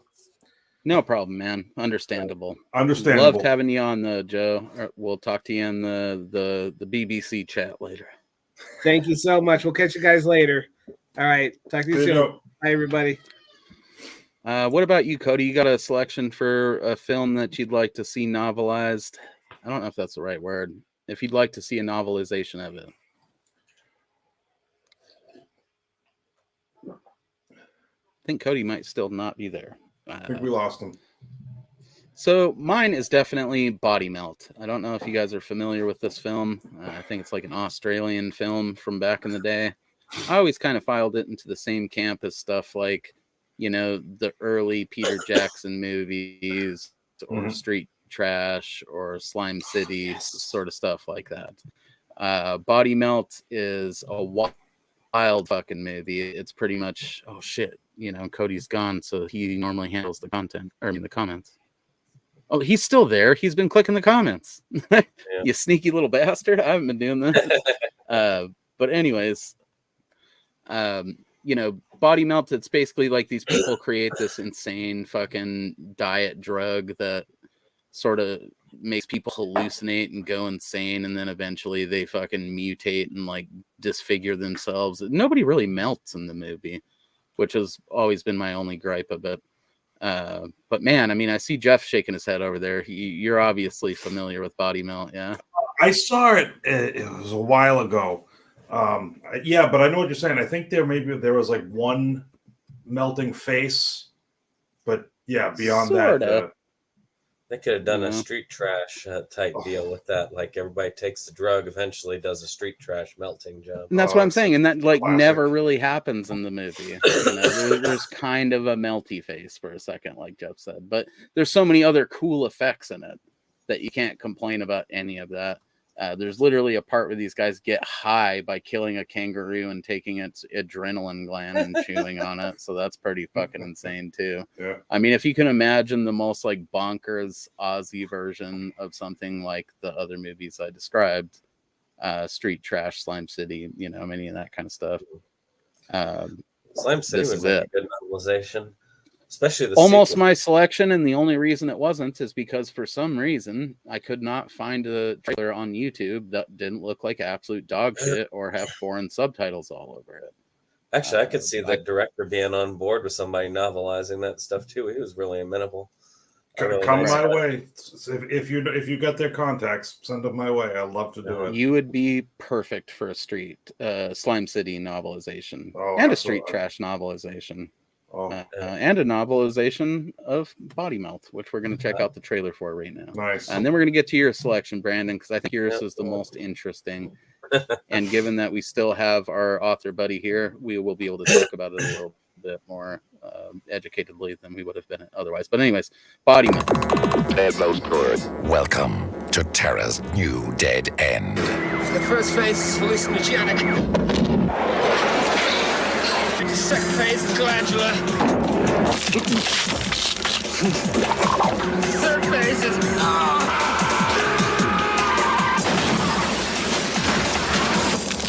Body melt. He was one healthy dude. Unnaturally healthy. Now I'm talking new drugs here, right? I'm talking 90s, man. Cognition enhancers. Designed to take your mind into new intra-phenomenological dimensions. In Sleepy Pebbles Court, something deadly is happening. All Matthews, target number 1. One by one, Noble family. they're dying. Sal Simpson and Gina Organ too. Be prepared, Cheryl and Brian ran positive pregnancy. because nothing can prepare you for the horror, Up until their birth, babies are the ultimate parasite. the madness, Something is wrong. the fury. What is this? A new age of human potential has dawned. Body melt. Pray they don't visit your street. Done any good drugs lately? Well, there you go. Well, there it is.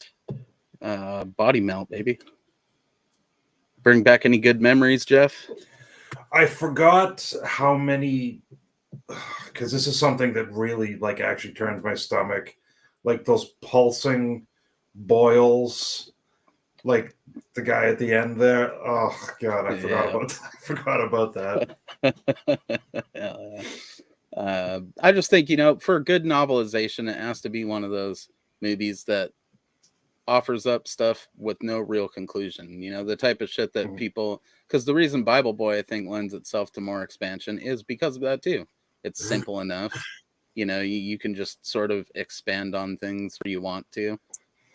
Body Melt leaves a lot of open questions. Like, what's the deal with this organization, really? Like, it's all just sort of introduced and it plays out, but you don't get any conclusive endings to any of the things. Or, real description other than the fact that they exist. And then also there's like a crazy cast of characters in Body Melt.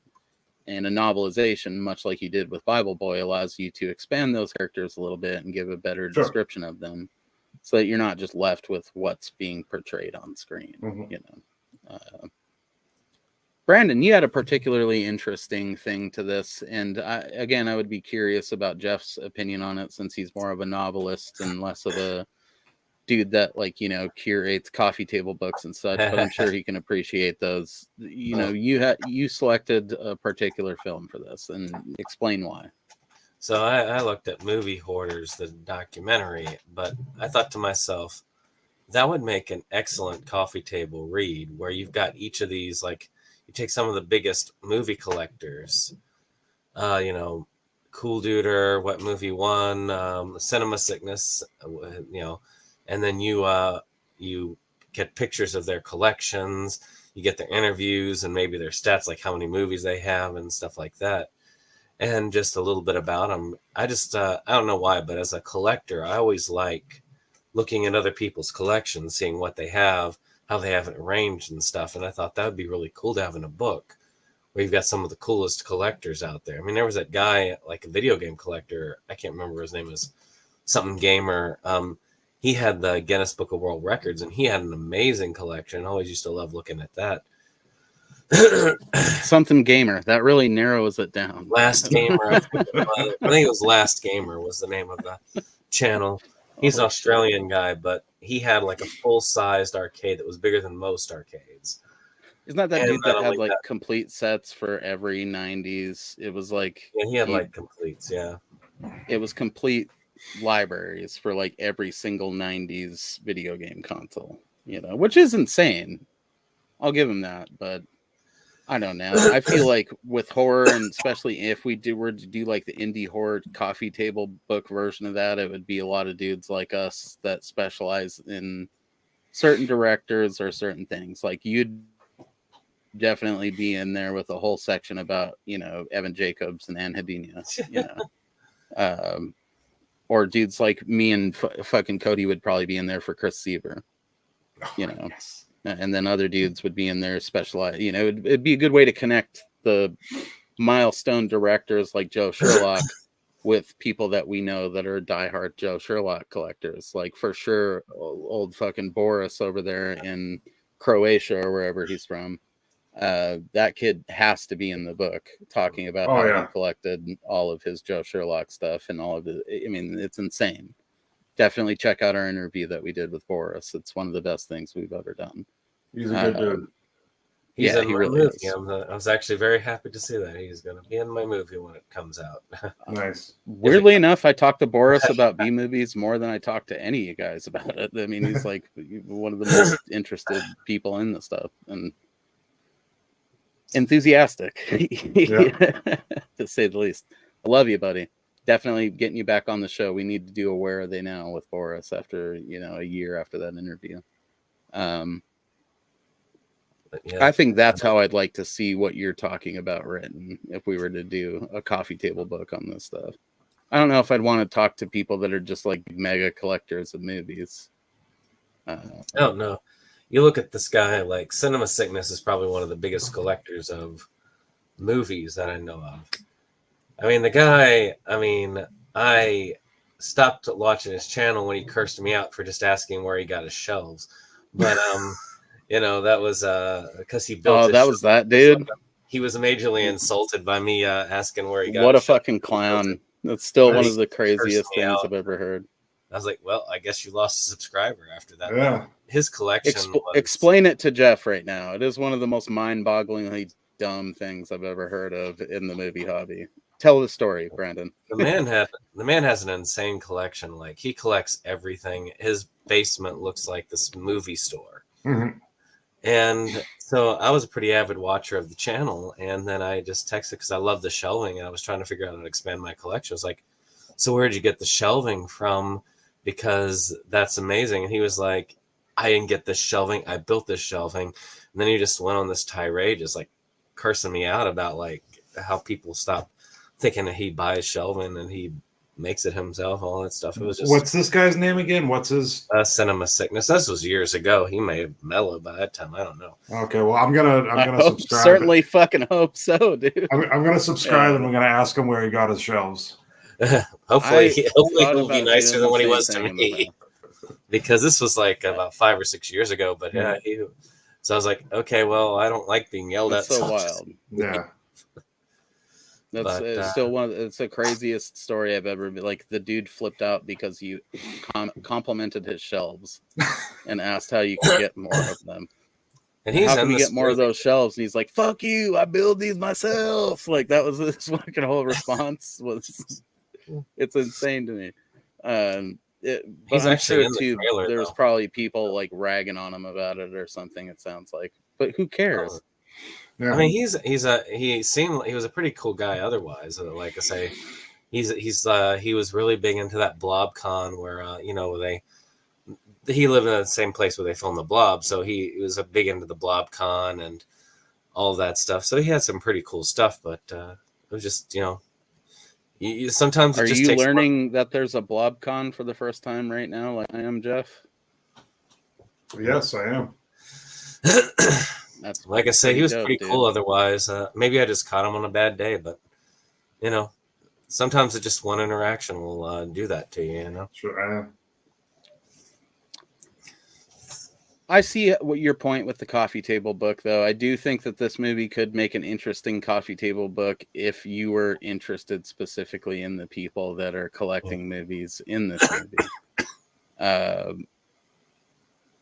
I think movie collecting books do exist, and there is kind of these sort of things, but they're probably closer to what I was talking about, where it's like people talking about collecting, Japanese samurai films or kaiju movies, or, a general movie collecting book like you're talking about could be cool, I guess. And there's a lot of us out there. There are a lot of us out there. And it's true enough. I used to think I was like one of the few people who collected as much as I did on movie wise. But then I have found other people on YouTube, and I was like, oh, well, maybe I'm not as big a collector as I thought I was. And then it's a sickness, and we're all infected, dude. Yes. One or the other. I had to spend like a year fucking bass fishing to try to combat my sickness with it. I mean, shoot, why else really I work collect, stuff like this? Both, by the way, fun movies, but I would not, if I was not a collector, I probably would not have even heard of those. Sure enough. I'm glad your 2-tape set of Titanic got you to where you are now. Thank you for being my friend. Well, let's watch this trailer. This is the rest of the 4,000 movie collection. This is the rest of the 4,000 movie collection. I have approximately 1,950 Blu-rays. This is the rest of the 4,000 movie collection.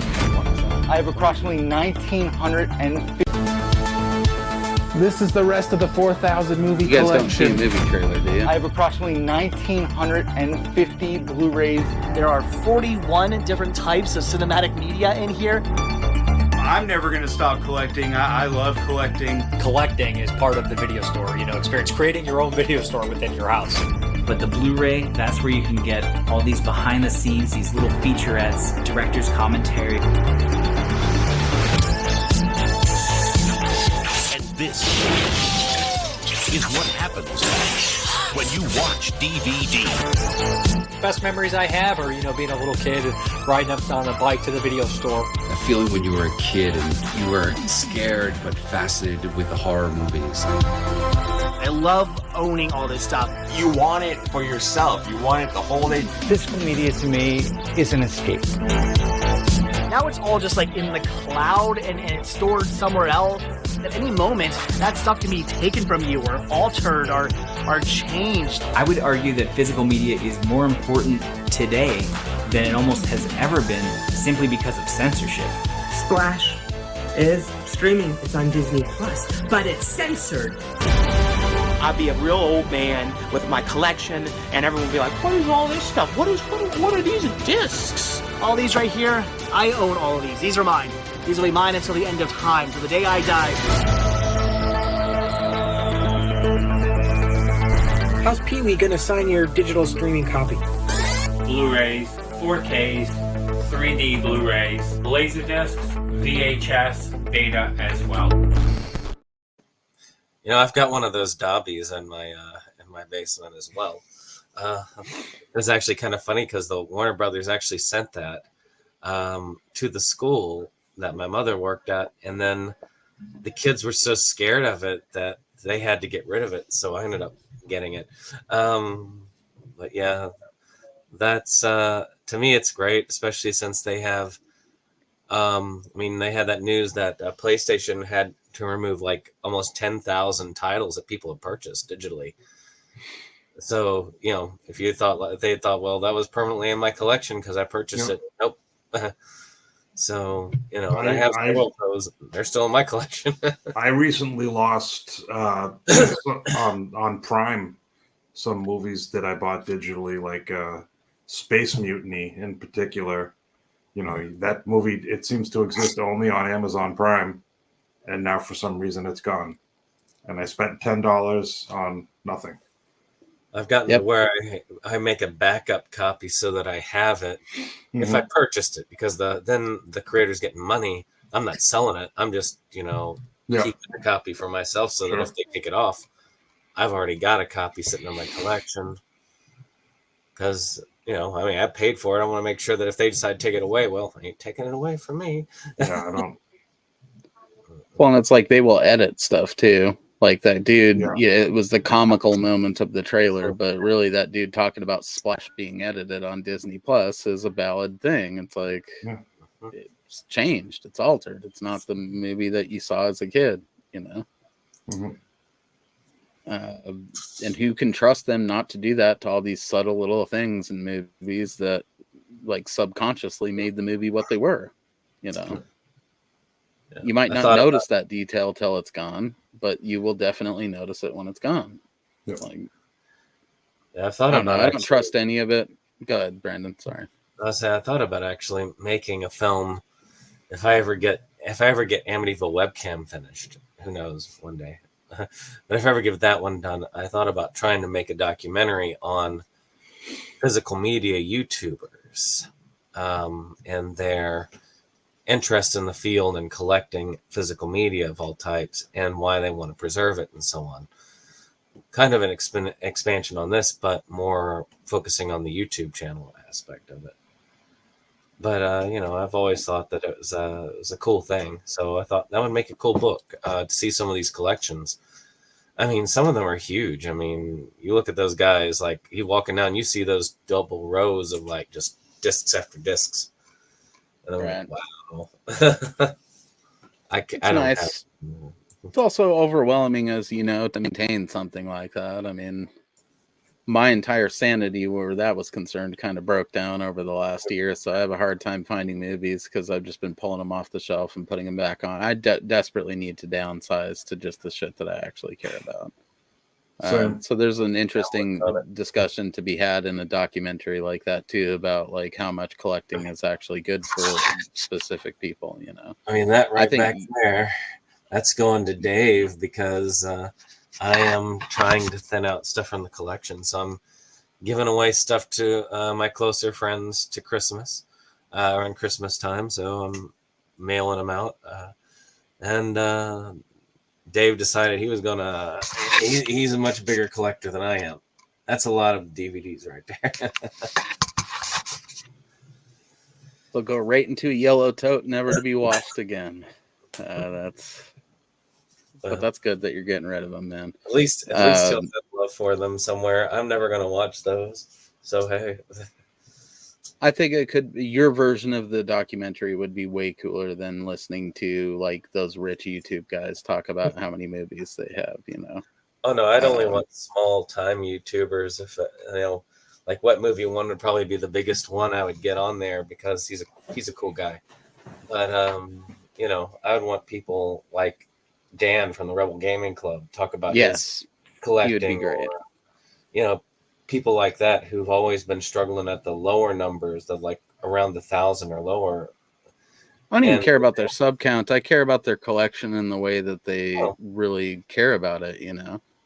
Dan very much has that thing where he's like not only just a movie collector, but just a retro media collector in general, where he loves like underground shit from every era, no matter what medium it's being presented on. So Dan loves B movies, but he also loves punk rock, and he also loves like, whatever else, like random sleazy novels and things like that. That's the idea. When you got people with lower counts, they're not doing it because they're trying to please the algorithm. They're doing it because it's just they love it and they want to share it. And a lot of these people started off like that, but when you got those big numbers, you kind of lose sight of that, you know?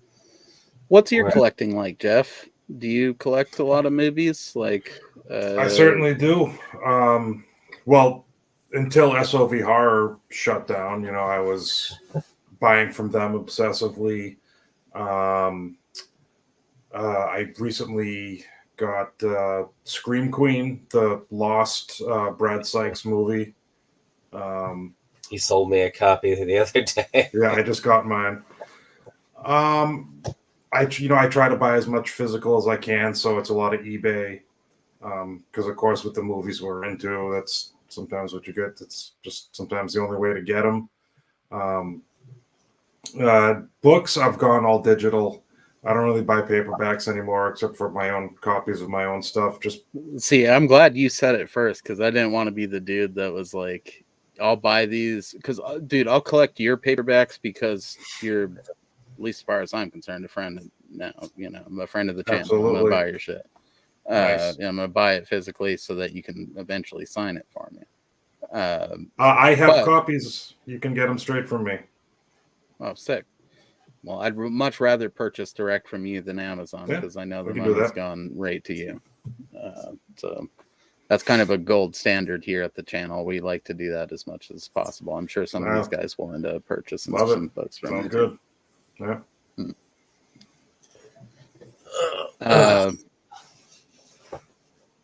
Yeah, I don't know, man. I mean, we'll continue with what you're saying. I kind of lost my train of thought thinking about all the sweet paperbacks that I'm going to buy. Yeah, I think that was kind of the end of my point. Well, I mean, it's the same thing for me in video games. I used to be like an avid collector, and I'll still collect them if they're all on the disc, but Oh yeah, buying them I'm, digital. I'm, Yeah, I so read I wonder everything on my phone anyways. That's where I was going with it. Like even if I bought your novel, I'm gonna definitely buy like the Kindle version if it's available, so I can read it on my phone in bed. Yeah, like, that's with the lights my off, thing you too. know. Is I can read in the dark with it, and I already have too many things on too many shelves. So, unless it's a collector's edition, like I like to buy like sleazy old pulp paperbacks. Yes. Most of those don't exist on Old Kindle. fantasy and So sci-fi novels with dope covers, yeah. Smell a little bit like mildew and cat pee, but I'll Oh, get that's my it. favorite. Yeah, I mean, yeah, I was a big holdout with the digital book reading. I did it with comics all the time, but for some reason, novels, I was a big holdout on it until just even like a few months ago, and I finally got a book on Kindle, and I was like, okay, like I could just read Well, I this know in bed. what it in the was for dark. me is I was a staunch paperback, no Kindle, paperback only. And then about 6 or 7 years ago, when I got divorced, I realized I had to move several thousand books out of a house. And I was like, you know what? I think That'll these do are it going too. in the donation bin. Yeah, I'm kind of in that same position. Like, I have so many fucking cheap paperback books, dude. Yeah.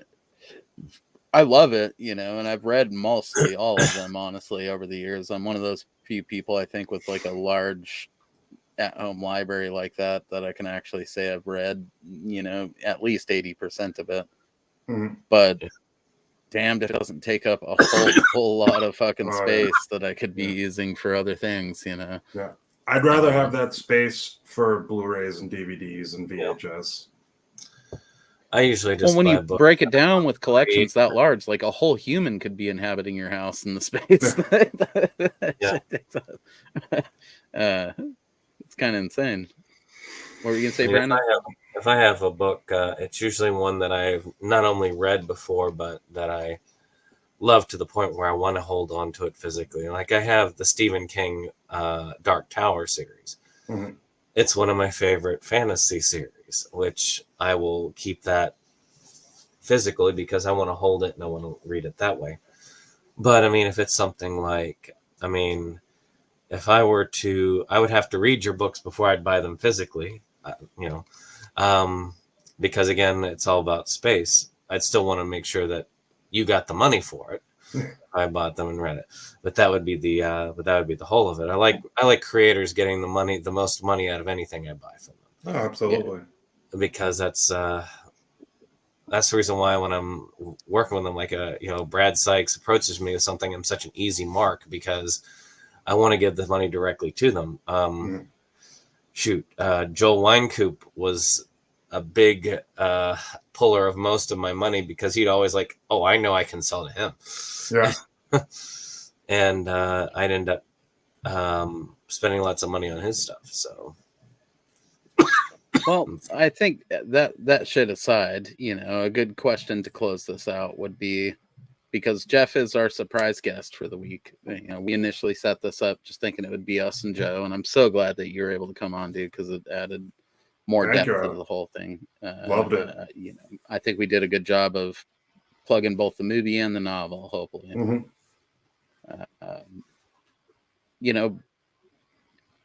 Where did you start with this? What was the thing that like kind of inspired you to want to write books? I mean, was there a particular movie or a book that you read or anything that just sort of started the flame to do this kind of shit? Well, my obsession started with horror movies. But Schlock was always it's something that resonated within me. I think seeing Killer Clowns from Outer Space for the first time, that, teleported me to another place where I was like, I love to read and I love horror, but I love the schlock. Why aren't there any schlock books? I mean, I know I can't say there aren't any, but there are very, very few. And so that was my dream, to write schlock movies in book form. And that's how it all started. 2012, I started writing the Halloween Orgy Massacre, and self-published it. DIY is the way I've always wanted to do things. And surprisingly, there was some interest in it, and it actually sold a few copies, and I just kept going. And 12 years, 11 years later, whatever, it's still all I do. When I'm not at work, I'm at the cigar shop, puffing a stogie and typing away. How many novels have you written so far? Oh, altogether, all the genres I've dabbled in, I think 25. Yeah, sounds about 25 right. or 30, because some I've rewritten and then republished under different titles. Some of my early attempts at writing serious horror, I thought they were done very amateurishly.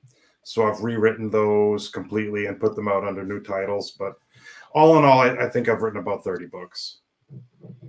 Not bad, dude. Pretty prolific, really. Yeah, like I said, it's people ask me, like, I want to write. What do I do? Well, you have no life. That's what you have to do. You have to. I say, if you can stay up all night writing, be absolutely miserable and falling asleep on your feet at work all day, just to go home and do it again, and you're okay with that, that's how you write a book. Yeah, it feels like you'd be consumed by the process and the need to fill the page until it's done. It's not exactly like a movie where you can get certain things and you can write it beforehand and then get certain things and start and stop. Like writing a book feels like it would be very stream of consciousness and then a matter of editing it after the fact. It's best not to think too much and just keep typing. And it's super sick that we've got all these options to check out from you, man. And I definitely am glad that you came on the discussion tonight. I hope that you find it to have been a good decision. We were happy to have you. I can't wait to do it again. Yeah, you're certainly welcome on here for obviously discussions you'll be invited to in the future for obvious reasons. And then I can't wait.